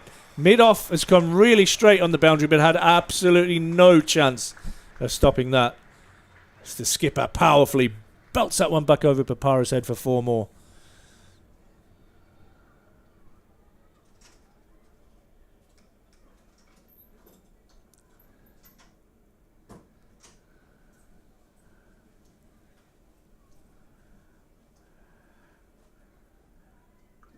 And pace off this time. It's pulled away. Out into the gap. Good bit of fielding. Out in the deep, but it's another couple.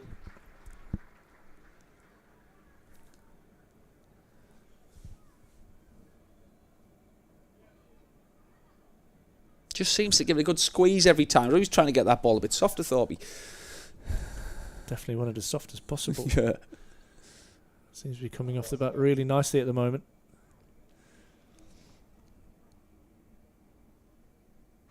Another knuckleball, which is belted back down the ground for 6.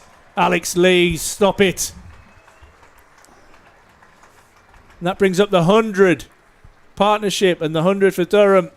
102 without loss. And this is outstanding batting. This gives the freedom for those coming in down the order now. They don't have to they really rush themselves. They're get themselves ahead a of the chance game. to get in.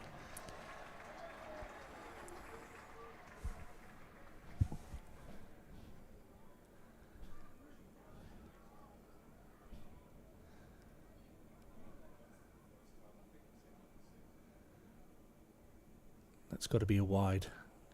Well done, Michael Goff. And that is the on pace. And Alex Lees might be a bit disappointed he hasn't got some bat on that one with 2 fielders up in the circle.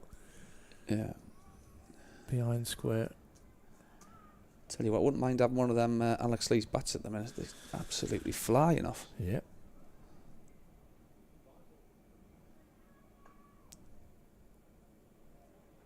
And another single there as Papara's unable to cleanly field that one. Still 1 ball left in the over.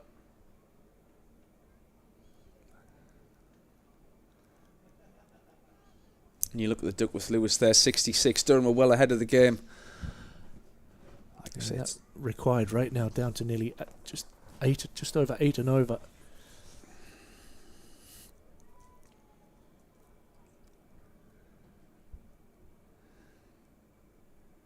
And Clark hits that one in the gap, and that's 4 more. The runs are flowing for Durham. Graham Clark moves on to 40. Alex Lees on 63. Durham are 108 without loss. and you just look at the Northants body language here, it's almost as if, where do we bowl? You know, Durham have hit them all round the ground, little scoops, pulls, straight drives. 7 bowlers used as well so far. Sanderson, the only one really without any damage. He went for 8 off his 1 over. Willie's gone for 20 from 2. Scrimshaw 1 over for 19. Zabe 1 over for 15. Proctor went for 12. Pope for 11. And Bapara for 19. It's going to be Pope to continue.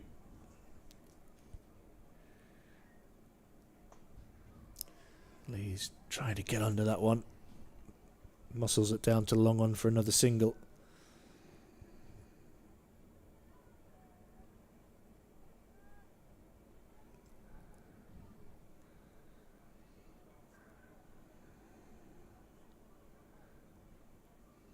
Clark hammers this one, but straight to the fielder, David Willey at long on. A bit of cloud cover over now, so the lights are on and starting to take effect. Out there in the middle. Might just let the ball skid on a little bit more. What is already a brilliant batting surface. Little googly there. Oh. Young Bumble having to get out of the way of that return. He used to have a little chuckle with his partner there, Goffey. He could shuffle on. I don't know if you saw in the test match, I think he was fourth umpire and his dad was talking about slow over rate and he's coming on with the balls. And I'm going to have a word. He's going to have to get out there quicker. The over rates were dreadful. I can't believe England got done and India didn't. I think the first day they bowled 82 overs or something ridiculous.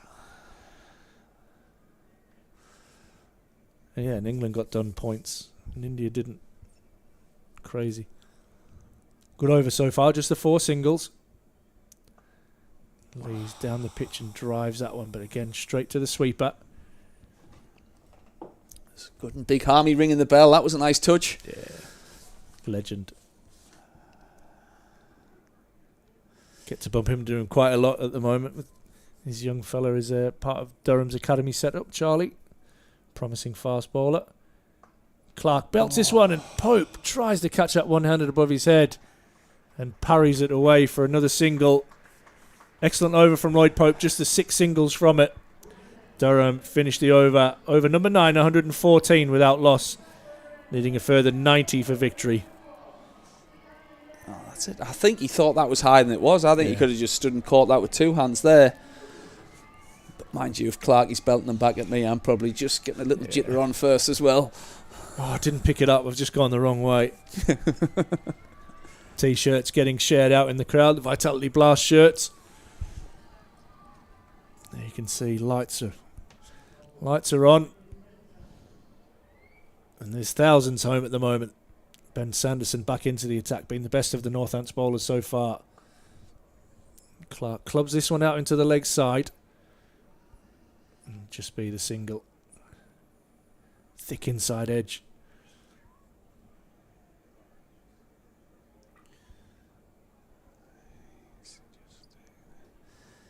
Just eyeing up that straight mid-wicket there, Lazy. Look at that leg side.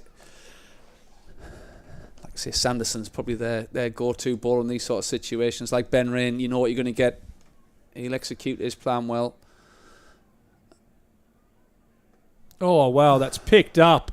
Drop kicked all the way for 6. Alex Lees is on fire. What a shot. And with executing your plan as a batter, you sometimes know where it's going to be. And Leesy's in the mood tonight. That's just all timing, that. He hasn't tried to hit that hard at all. And it's not a small boundary out there. It's gone all the way for 6. 121 now, this partnership.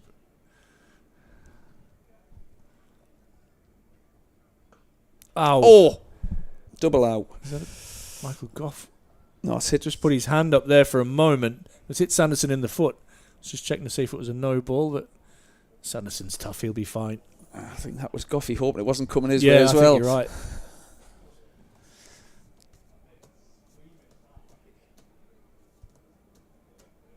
It's a dot ball. Sanderson just taking a moment there at the top of his mark just to make sure that his foot's still working. A little chat with the captain, David Willey, coming in. Do we know if Bretsky's made it out in the field, or is he... I don't know what he looks like well enough, if I'm honest. It's hard to see the numbers as well. Obviously, you can see Scrimshare's 98 there.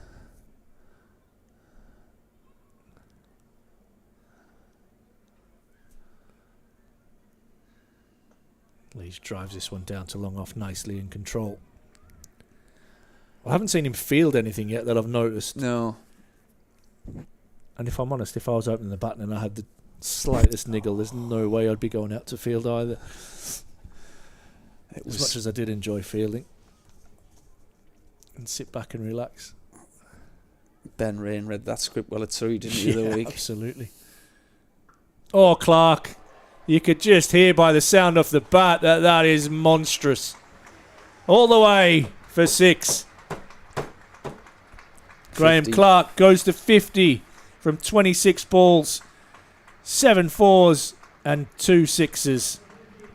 What an opening partnership, Muchie. Oh, what an exhibition. As I say, I came to the Notts game. It was Paul Gerrard's leave and do after 29 good years service at Durham School. So we all came and was sat over there and watching Ackerman and Lees that night was a treat. it's equally as good tonight, mind. This one is thumped down to long on to David Willey for another single. Ends the over. At the halfway stage, Durham are 129 without loss. The run rate required is now just 7.5, which is incredible when you start off needing over 10. Oh, that's it. Need 75 from 60 balls. All 10 wickets in hand. Yeah. They're going to have to gamble here. Yeah. They've gone back to pace, gone back to one of their wicket takers in Scrimshaw. I wouldn't be surprised if Pope continues from the other end. They might switch him ends. But the point of difference that they have in the attack is you have somebody who can run in and bowl decent pace and get bounce and leg spin. Yeah. And they've got to go to them now. As David Willey discusses the tactics with, I think I described him as long earlier, and as you can see why when he stood next to David Willey, who was well over 6 foot. That's short and punched into the covers for no run. Better start for Scrimshaw. Oh, that's it. And sort of Clark sat back to start with. He looked as if he wanted to get on the front foot there. Yeah. But I think it's just percentage cricket. We talk about playing the situation. I think he keeps going if he gets one in his area, but there's no need to do anything too rash at the moment.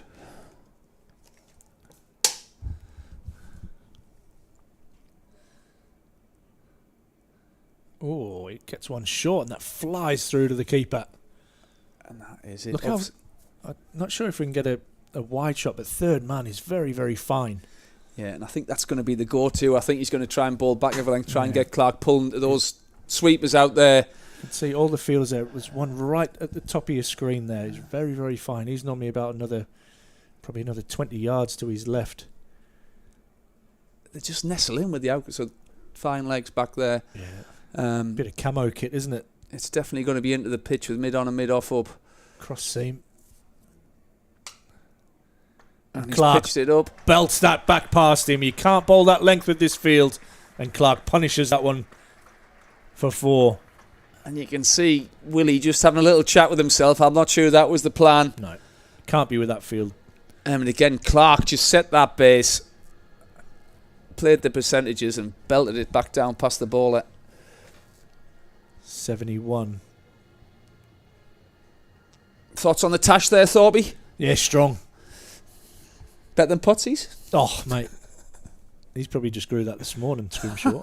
Potsy's been going for about a year. That's short, and that's hammered. One bounce for 4 over long on. This is an onslaught from this pair. Where do you bowl, Thorby? This is where you do a hammy, I think, Muchi. Head for the hills.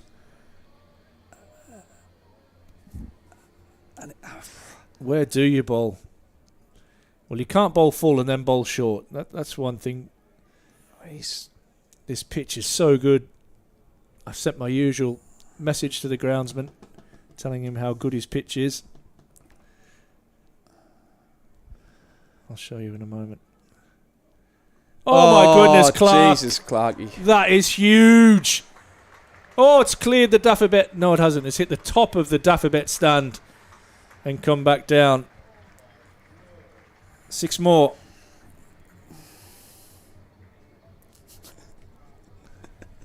I can't repeat what you just showed me there. Oh, excellent. I mean, what a shot from Clark as it bounces into that Banks Home advertising. Wow. I mean, he's got the field set out on that leg side. Again, like we talked about, obviously executing a plan, you have a rough idea where it's going to be. And Clark, he's took on the challenge and belted it 20 euros back in that Daffabet stand. This is chaos. But it's been such controlled chaos, hasn't it? Like, there hasn't really been an awful shot. There was one frantic drive, I think, from Lee's early on, and that's all I can remember. There hasn't been a chance. That's That'll wide. be a wide.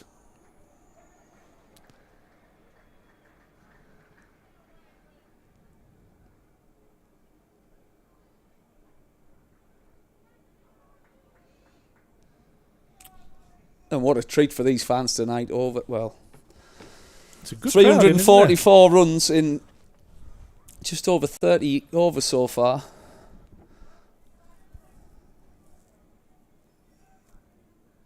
Oh, Clark gets a thick inside edge.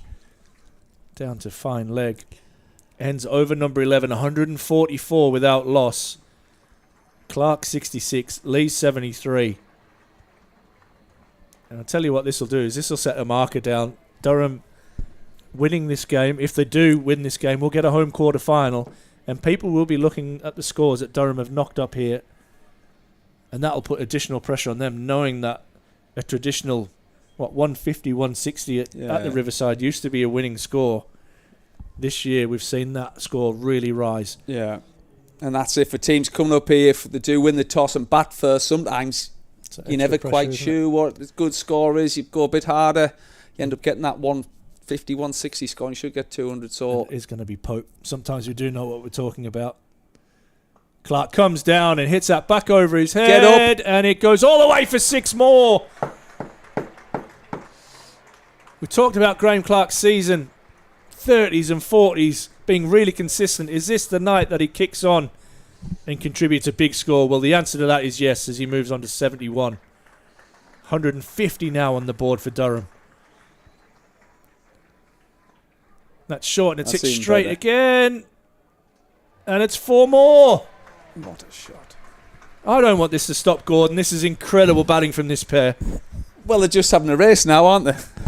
I mean, what a shot. Obviously, Pope's the trump card. He's the overseas international or overseas player. Bit of mystery spin as McManus goes up and has a little chat here. Just maybe slow the game down a little bit. But like I say, I mean, I'm not sure where David Woolley is, but I'm not sure he's come to have a chat as well here. As a captain, you've just got to sometimes put your hands up and say, look, these batters are just one step ahead of us at the minute. 155 without loss in the 12th over. He's trying to bowl that quicker. A bit more out the front of the hand. Yeah. Be a leg bite.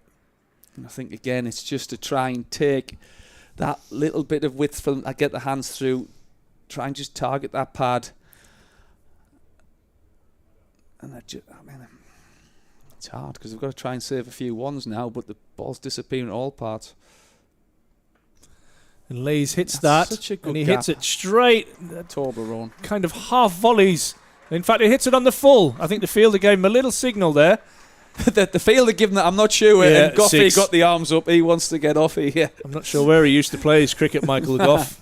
And I'm sure that doesn't influence his decisions at all. No. I think he is one of the best. I think it did. Just Climb straight into that didn't it? Toblerone there. My view was slightly obstructed with the window. And that is a little... the dot ball gets a boo from somebody in the crowd. Well, Leesy's absolutely distraught. He's got a dot ball against his name there.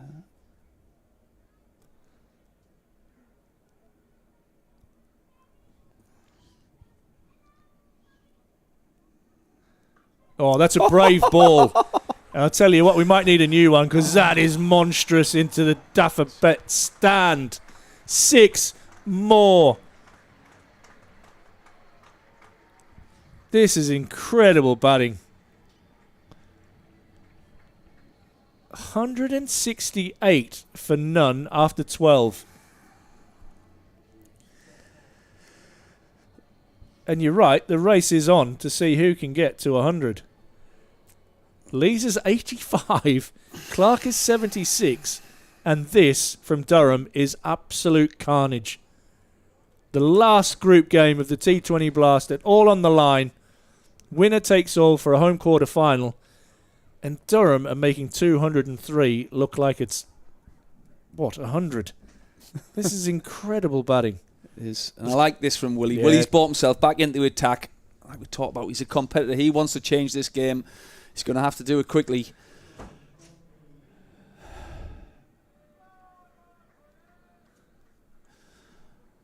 Wow. Durham need 36 to win. And they've got one man in front of square, saving one. The rest are on the boundary. 36 from 48, having set off in pursuit of 204.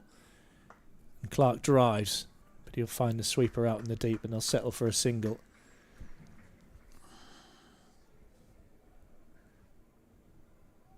We were wowed by Ackerman a couple of weeks ago, but this, for me, this trumps it.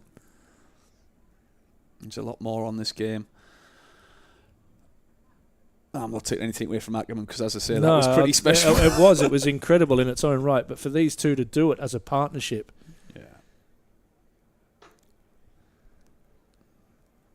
man.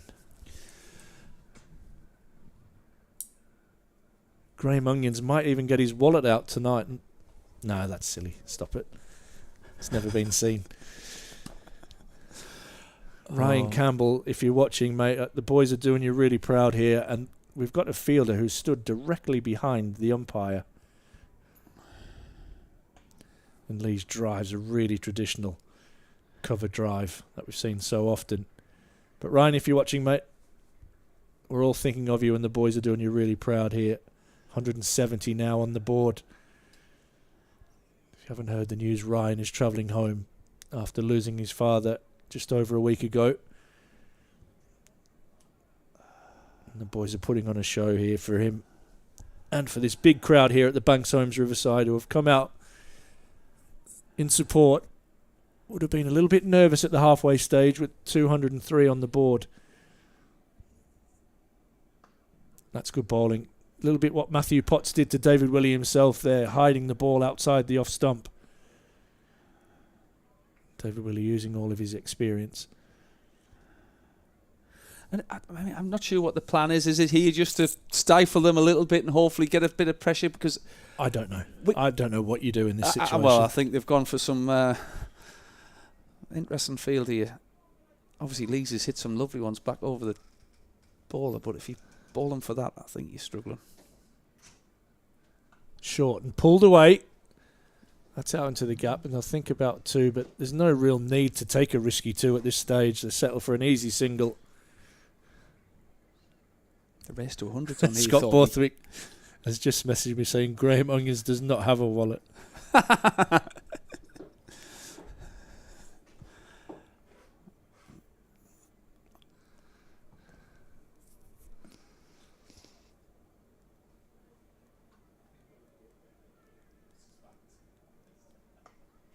Clark drives away and finds the gap.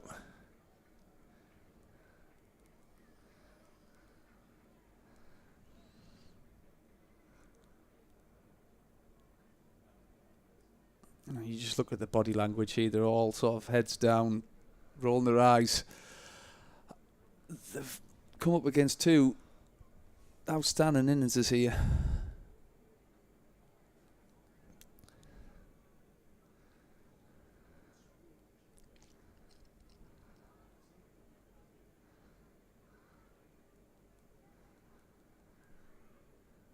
Five singles off the over.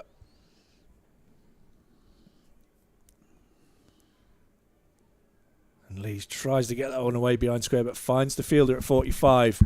That ends a pretty tidy over from David Willey amongst all the chaos. Lees moves to 88. Durham 174 without loss after 13.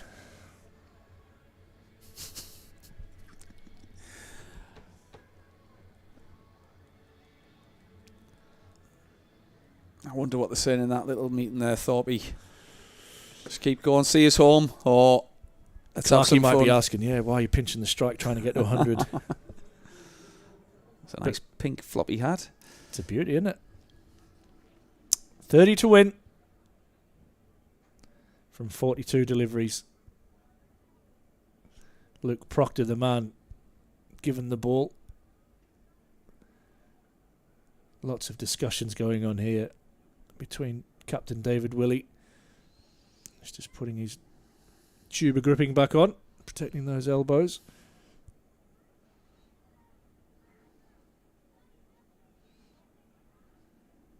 Very specific instructions, taking his time.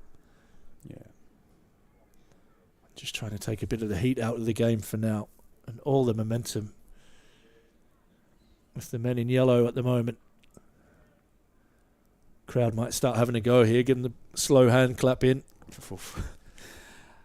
And it's good to see. It's easy to keep going fast forward and just running ball and just take a little bit of time, set a plan. You saw that nod from Proctor, right? That's what we're going to go for. I'll try and execute that, Captain. And it looks like we're going to go wide and make Leesy drag it. It's an interesting field. Lots of men on the offside behind point. Lees has just had a quick look down to there's no fine leg. Do you reckon he'll have a crack at a scoop? Well, he just stands up and hits that in front of square with incredible timing, and will pick up a couple and moves into the 90s. Will we see a century? There you go with all these stats. What's Durham's highest? Do you know? Open's partnership. Yeah, this has got to be it, hasn't it? Oof. I've had Clark make it. I remember Clark made a century down at Northamptonshire maybe last year. But in pursuit here, the captain. This is where we need a good stats man, don't we? Need a Sky budget. That's a gorgeous shot. That is, for me, shot of the day. And there's been some shots, but a left-handed cover drive. Gorgeous Gordon Mutchell, who looks at me in surprise. It's hard to argue with you, actually. I'm saying we've had some unbelievable shots. There's been some big shots played, but that was gorgeous. But we talked about before when Bapara and Willie were batting, just hitting a couple of straight drives. Yeah. That's just a proper cover drive. Where do you go now? You've tried to go full and wide, and he's done that. As a captain, maybe you just go, mate.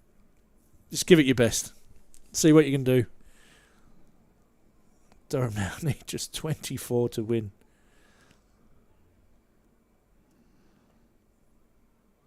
This time he finds the field at Scrimshaw in the circle.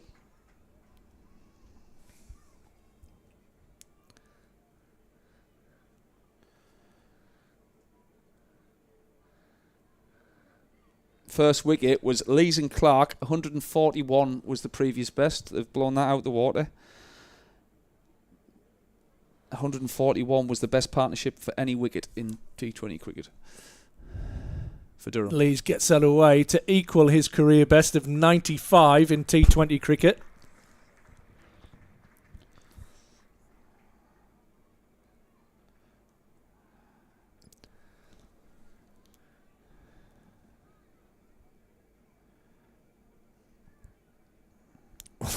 Well, they're definitely not going to beat the highest first wicket stand in T20 cricket around the world, because that sits at 258. Who was that? Yep. I can't pronounce them. Yep. Mm-hmm. What about in the blast? Yeah. Don't know. We need to keep them coming. Keep them stats coming, Sammy boy.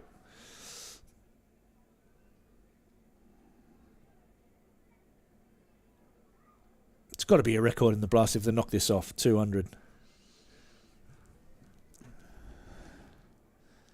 Bryden Cast backing us on the Graham Onions wallet situation. I tell you, Leesy will have to get them in as well. That might be interesting for a Yorkshireman to have to dive into the wallet. Clark down the leg side. Maybe just clip the pad. Clark's going to have to go somewhere to win the race.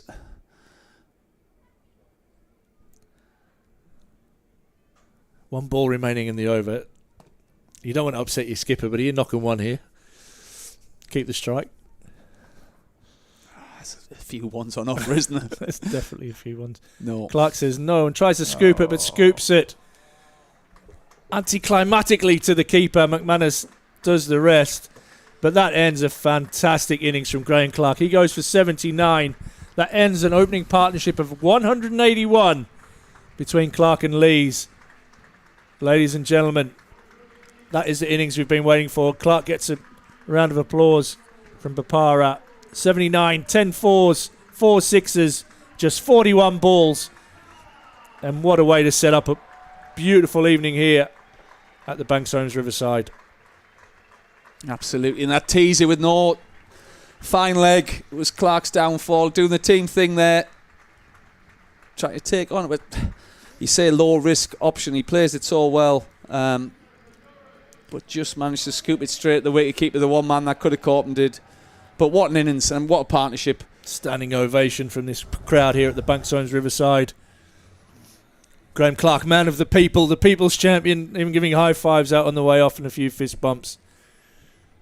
Definitely, off Legend. Off to the 100 now. Yeah. Off for a shower by the look of it. And Northants take a wicket, and then look who just comes to the wicket, David Bedingham. Incredible year for him. David Willey to continue. Durham need 23 from 36. Lees drives nicely down to long off. Career best 96 now for Alex Lees, so that's beers on him tonight. Just 4 away from a century.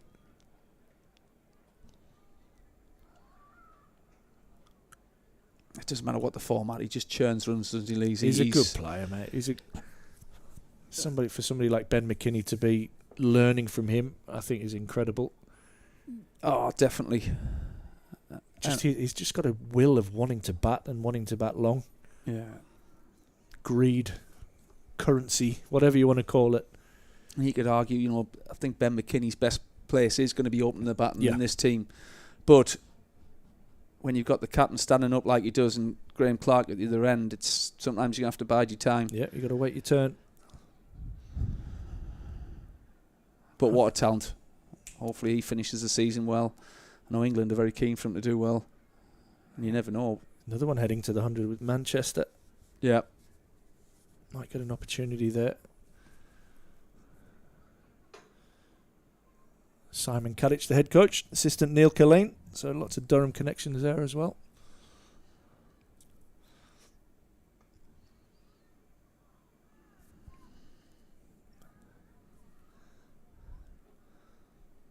Do you bring back the leggy here much just to have a crack, or scrimshaw, or what do you do here? Yeah, no, I think... What do you do? This is Willie's last. Yeah, and I think it's good to see Willie as captain taking these overs on. Obviously, it's not easy for anyone to bowl. Obviously, he came back, bowled 6 balls that went for 1 last over. Yeah.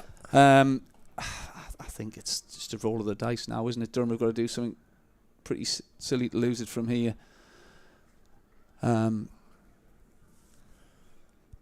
I'd probably bring the big fella back just to give him a bit more experience, and maybe he's knock a couple over. And they're still going to make the quarterfinals. Northants have qualified. Oh, no, they'll just have to. And it might be they just want to go through the normal plans, role clarity and all that sort of thing going into the quarterfinals. I know there's a big gap now, which baffles me why there is such a big gap. Crazy. Whoa, that's a good ball. I think Bellingham's just played down the wrong line there, but at good length. Clarkie and Leesy be saying, it was doing all sorts. Yeah, mate, absolute snake David pit. Bedingham, play a miss. I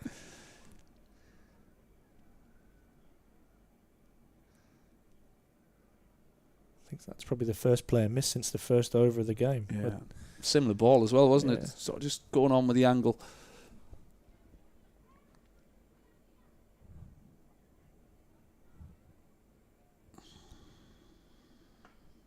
Oh, what a gorgeous shot. Timing. I've seen so much of that from David Bedingham. Top of the bounce. Uses his hands beautifully. Off the mark with a lovely 4 through mid-wicket. Talk about the good players having time. We played with a guy called Martin Love back in the day, and he was just another one who just used to look like he had all the time in the world. He never got out of second gear, did he? Love? No. He was just... David Willey just shaking his head there like, what can I do? That's probably exactly where he wanted to bowl it. 17 now to win for Durham. That's one trademark of Bedingham. I think the way he manages to hit gaps. Yeah, great player. and Finds the again. same gap for the same result.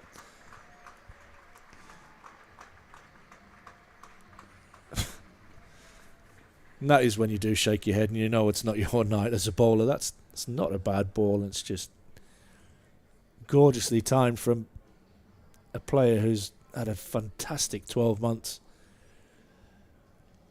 And you can see why he is so consistent and how it's just so simple.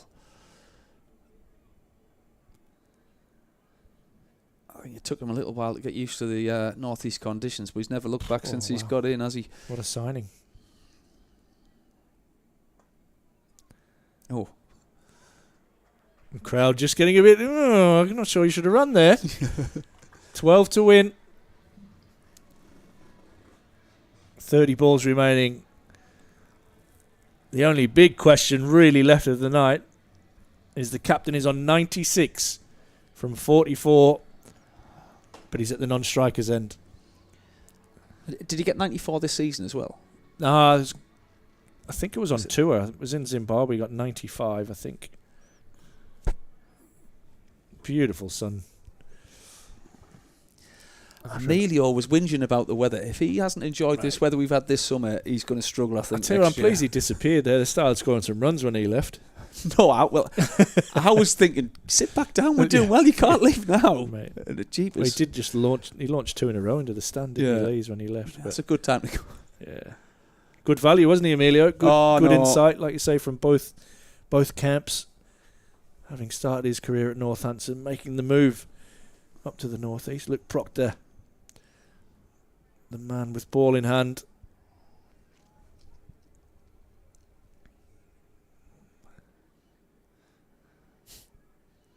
He called it. He said we're going to win at a canter. He did, didn't he?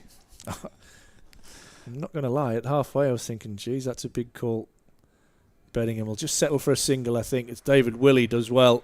Oh, it's a great bit of athleticism and fielding. That just shows the kind of person that he is. He's always competitive. Every ball is an event. He's just all action, everything he does. That brings the captain on 96, just 4 away from a maiden T2000. This is where David Willey's experience will come in. He'll just slow this down now, make Alex Lees wait for as long as possible. The crowd are anticipating it. Alex Lees is anticipating it. Andy Sixsmith is anticipating it.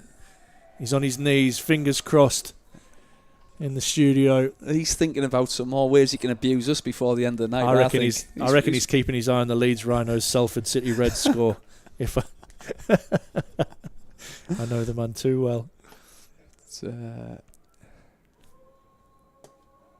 Oh, great. And we talked about that finish of the innings for Durham, and it just meant they didn't have to go over hard at the start of the innings.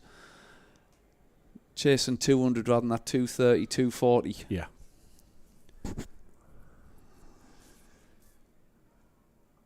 It's short, and Lees just dabs that away to third man for a single.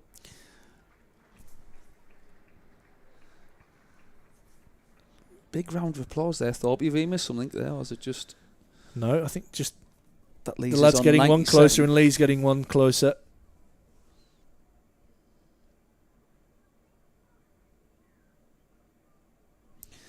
What a night. It's not looking too good for our club cricket tomorrow, Thorpe. No, she looks... The old forecast. Yeah. She's not. Where's the mighty Brandon at tomorrow, mate? We are at Ryab. Okay. On the coast, so we've got a chance. But I don't think we have got a chance, really. I think it's 90% all day. How's Chester getting on tonight? Have they home and hosed? I'm assuming they've won. Was Young Mustard still going, or was he... Nah, he was out early. He's having a canny season, though, Rory. He's a good little cricketer, mate. Baby Colonel. He got 14 from 20 in the 100 competition. Bedingham just helping that around the corner. Mark. Lees is thinking just one, but Bedingham comes back for 2. He wasn't charging for 3, though, No, was he he? wasn't. He's counting maybe Nah, as well he was here and thinking, thinking, easy one, easy one. threes. Don't mess with mother cricket. No, just play it. Who have you got tomorrow, Thorpe? Have you... The Felling away. The Felling away. Yeah. Good season so far, though, for Chester? We started really well. We've just lost 2 in a row. Unfortunately, we've lost to Shotley Bridge, who knocked off 280, and then South North beat us last week. So it's tucked away down to fine leg, which will bring Lees back onto strike. Much to the delight of this crowd. Don't normally get that much of a cheer for a single. No, it's a good crowd in here, Thorpe. It's excellent for the crowd. big. It's a big game. It's a big quarter occasion. Final match-up. Get the home one. And what a treat they've had. Tom C was saying at the start of the match, he was saying, "Oh, I don't mind there being a big gap. It gives me a bit more time to sell the hospitality out." So he'll be happy if we get over the line, which I'm fairly confident we will do from here. And it's great for the club. Lees drives, but it'll just be a single. But Sweet Caroline raining around. Bedders. This might be the only time in T20 cricket we want to see a leave. We definitely don't want to see a 6. Just 5 to win.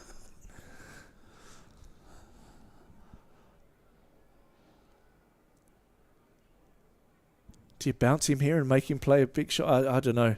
I think he's barn door this. Or is he not? The big no run, big minus no run. Just the crowd are on their feet. Get some red ball practice here, Bedders. Come on. Oh. Good theatre. Luke Proctor even managing maybe a grimace rather than a smile. Oh, he's wide. Wide. Oh. Who was it did it in Australia? Was it James Vince? AJ Ty. Yeah. Bowled it wide. I think Vince, and that brings up the 200 for Durham. But yeah, I think Vince was on 99. He bowled it wide and that ended the game. No run! Biggest cheer of the night.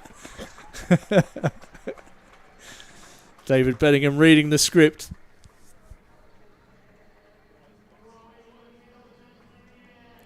It's going to be Scrimshaw to probably bowl the last over of the evening. Are you going for in style, Thorpe, or are you just getting there? Nick one past the keeper for 4. He's a Yorkshireman. He's scurrying for 2 here, isn't he, I 100%. think? Crowd right into this evening have been entertained all night. Phenomenal innings from Northants. The Steelbacks getting over 200, 203 they finished with. And at the halfway stage there was a lot of nerves around the Riverside. But Graham Clark and Alex Lees put them to bed. Incredible 181 opening stand. Almost racing each other towards that 100 mark. But this is a night that everybody here and everybody watching, every Durham fan will remember for a long time. I know lots of the lads are watching Willing Lees to 100. He's on 98 and he drives. No run. Oh, no do run. you? Do No you? run. Easy, Tiger. Safe save, just keeping everybody a little bit interested in that Lees. It's incredible, isn't it? He scored 98 so easily. He scored hundreds for fun for years.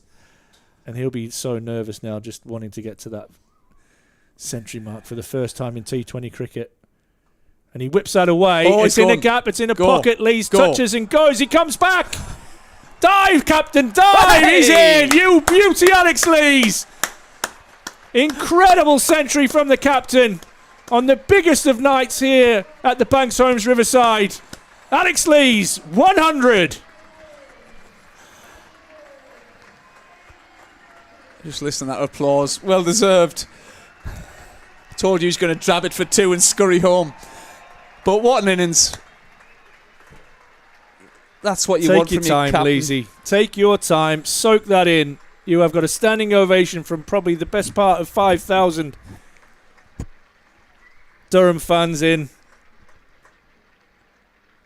All on their feet. I'm on my feet. Muchie sat down, just for the record. Andy Sixsmith on his feet. Muchie still sat down Let's for get the winning, record. Thorpe. Come on. 2 to win.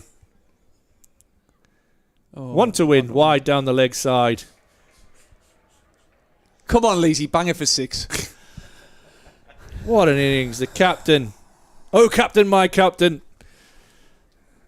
Scores level. Can you believe it? There's still 22 balls left in the innings. Here's the crowd. The crowd are up. Durham are up. Durham are going to get a home quarter final. And Durham do have a home quarter final. That is an incredible win by 9 wickets, knocking off 203. If I sound a bit excited, it's because I am. That is one of the best nights of T20 cricket I've witnessed at this ground. Gordon Mutchell, what have you got for me? Just wow. At no point did Northampton put us under any pressure. We talked about people taking the bull by the horns, winning games. Leesy and Clarkley certainly did that. Home quarter final, here we come. Take a bow, Alex Lees. Take a bow, Graham Clark. Take a bow, Durham and this crowd. And we've got another home fixture in probably about 6 weeks' time, unfortunately. It'd be nice because we've got on a nice little roll here at home where they've turned the Riverside into a bit of a fortress.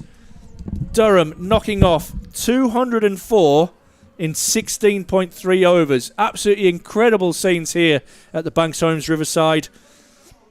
Well, it's an easy just 1 balls, 10 balls. David Bengen 13 with 2 fours from 9 balls. The captain, the man leading the men off the field, Alex Lees, 101 not out, 49 balls, 7 fours, 8 sixes. Just leave a round of applause, Alex Lees, leading them off.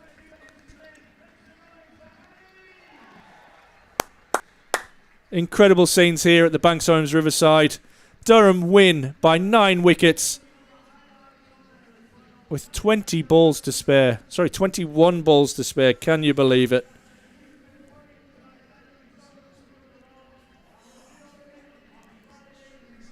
Andy, are you ready for us? Because I'm just about out of words. Well, other than Andy in the studio.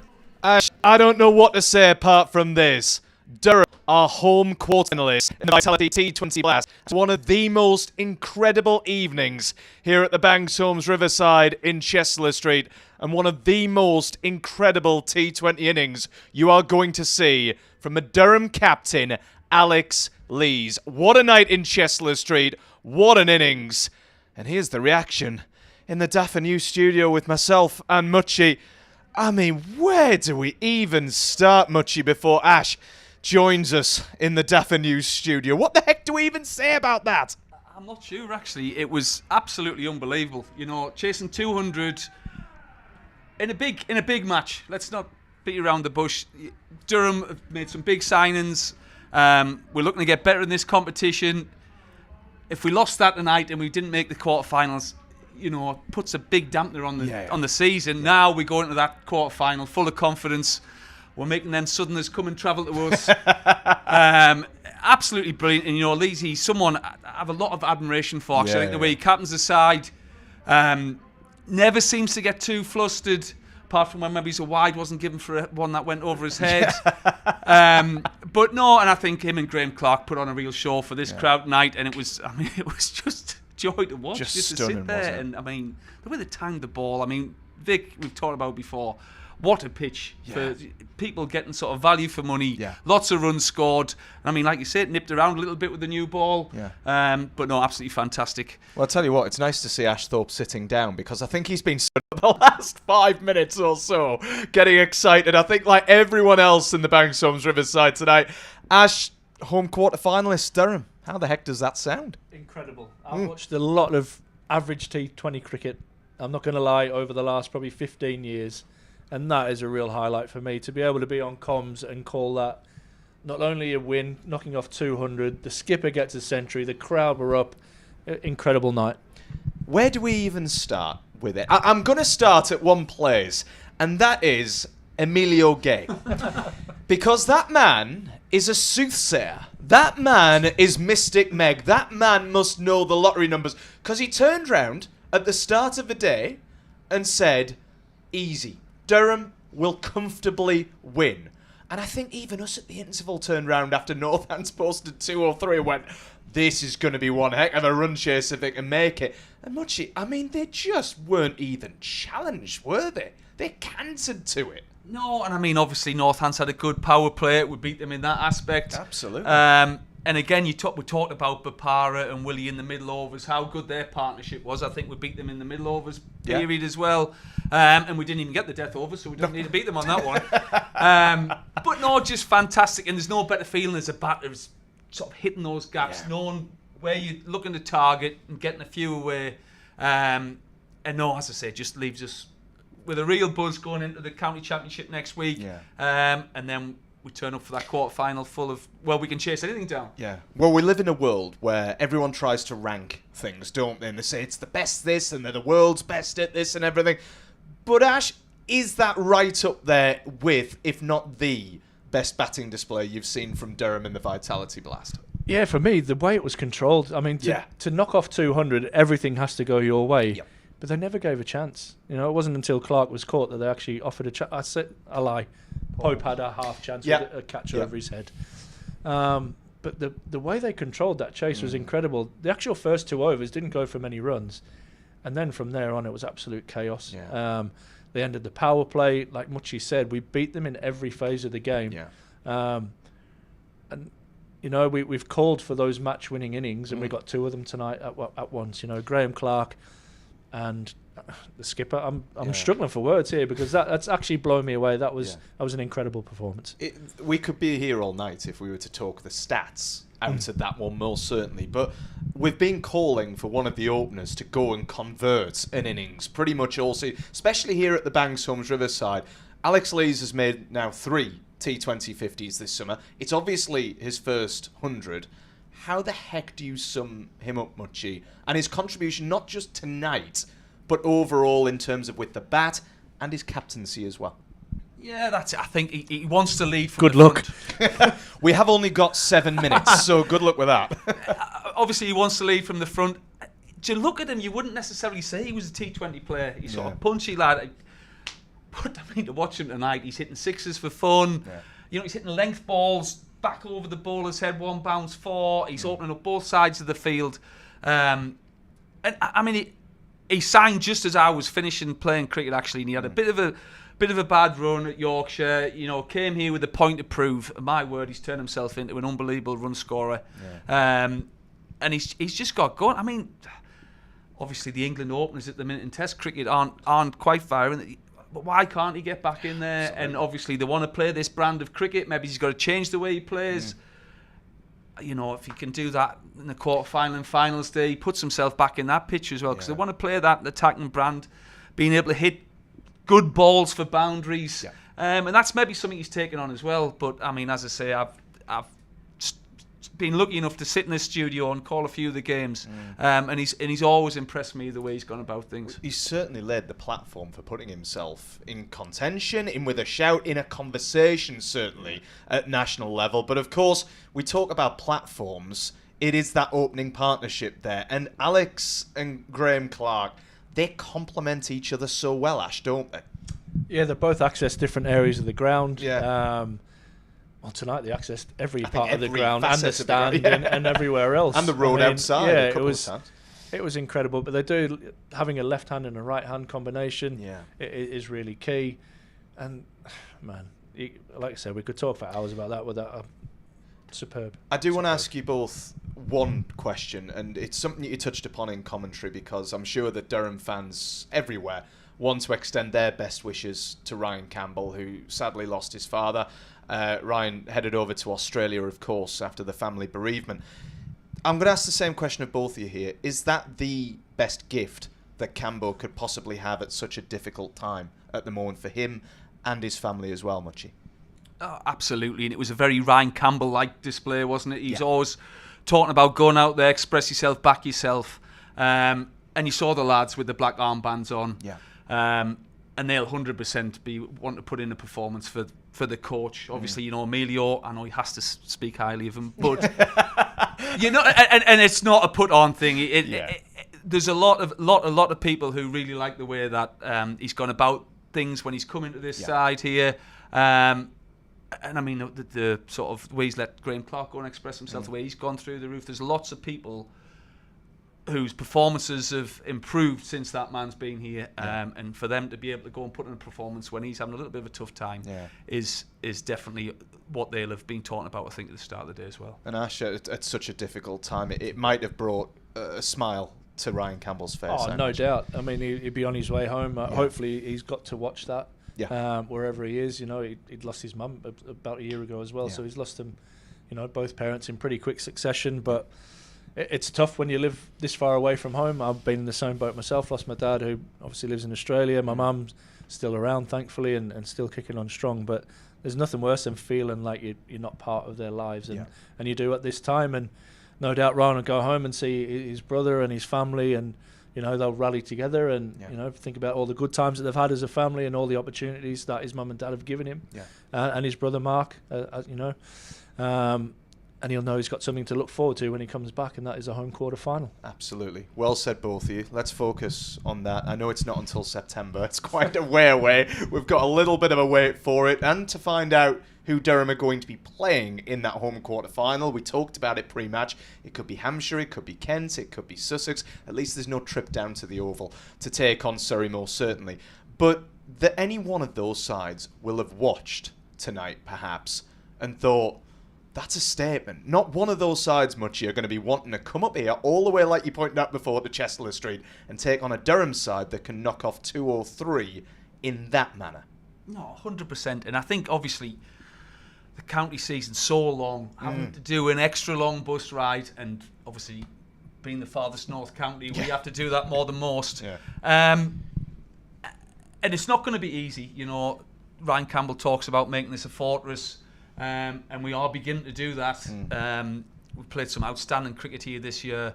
And you know what, whoever it is we take on, I think we're going to go into that game favourites now, which is absolutely fantastic. I was going to say, how big of an opportunity is this now, Ash, to get to finals day? It's huge. I think when Northants came here, they'll have thought, right, we're going to bat first because Durham defend this ground so well. And then to watch Durham knock off such a big total... So other teams will now be thinking, right, what is our best way to beat Durham at this ground? You know, and we've covered both bases really well. So we've covered the chase, we've covered the defence of a score. So it's a big opportunity to make finals day. We don't get to T20 finals day very often. I think it was 2016 maybe. I think was the last time where we made the final and got beat. I think by Northants. Ironically, I think Cobb put a score on. So. You know, that's another box to tick off. You know, we're trying to get better and improve each year. We made quarterfinals last year, had to go down to Surrey. We've actually made it quarterfinals again, but in a much better fashion, finishing in the top 2 and getting a home quarterfinal. You never know, weather might become a part of it as well. And, you know, if it does rain, that gives us the added advantage that we'll go through as well. So, absolutely. You know, we've had a really good season. It's been a pleasure to watch the lads out there at home. And, you know, we've got one more game to tick off before hopefully we make finals day. I suppose the biggest question of the night, is Bunny going to be digging his hand into his wallet, this non-existent wallet, and buying any drinks or not? No. A few of the lads have messaged us tonight as well. We're laughing. I'll show them Muchie. Just saying that they've never seen Bunny's wallet or, He hasn't got one. And various other comments to that effect as well. But I'm sure we'll see a second smile from him today. When I'll speak to him a little bit later on, which again will be on the YouTube channel. But you know, if he does get the beers in, it'll be, you know, more miracles for the day. 2 smiles in one day, certainly a miracle. That's happening. Just to wrap things up, guys. Obviously, this is our last studio show for the T20s. Won't be back obviously for the home quarter final, but. Just wrap it up, Muchie, for us in terms of, you know, how good it's been on Durham Live. Obviously, you've been in a couple of times. It's been great to have you back and you bringing the crack as well. And, you know, the fact that we can finally sign off Durham Live with actually a home quarter final and some success here at Durham. No, and that's it. And it makes our job a lot easier to be upbeat and sort of jovial with the side playing some good cricket. I always thoroughly enjoy coming in, being with you lot and watching the game. So absolutely fantastic. hopefully this can be our year. Yeah, absolutely. Ash, I'll give a final word to you, considering you have had to put up with me all summer watching the T20, putting up with my jibes, putting up with everything that I have thrown at you in the studio, and you've still bounced back with some absolutely incredible one-liners and some even better commentary to wrap it up with Lazy hitting his century. Just sum it up for us. Here's my chance. Right. You've waited 13 matches. It's like I said, I've watched Durham for a long time. I've commentated with you guys. I've commentated with the BBC. This is by far the best I've seen of cricket that we've played. It's been a pleasure to have the likes of Muchie in and all the other guys that. Yeah. And I think hopefully everybody at home's enjoying it. We seem to be getting some really good feedback and putting on a good show. But I mean, I'm sure you're going to thank the guys behind the scenes, Ross and Stevie and Jason and Ben and all the lads, who put on a brilliant show and give us all of our great camera shots, etc., etc. So, for me, absolute pleasure. I would come and watch if I wasn't doing this. So to be able to come here and to chat cricket and, like I say, when all the players and the coaches come in, and that obviously really helps as well. So that's been a pleasure, and we've still got another couple of games to go, and hopefully we can bring that missing piece of silverware back to the northeast. Absolutely. Well said, both of you. Thank you very much. Muchie, brilliant to see you again.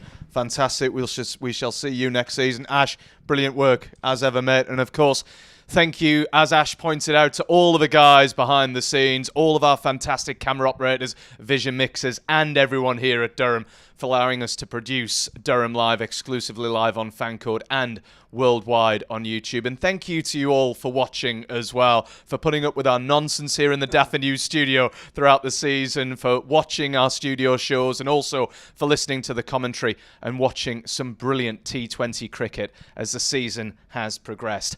But the final Durham Live sees a fantastic finale, sees the North Group end with a blast, sees the D's of Durham make a home quarter-final, and who knows, just who knows, 3 wins away potentially from a very first T20 title. We'll leave it there, shall we? From me, Andy Sixsmith, from all of us here on Durham Live, thank you so much for watching. We'll see you soon.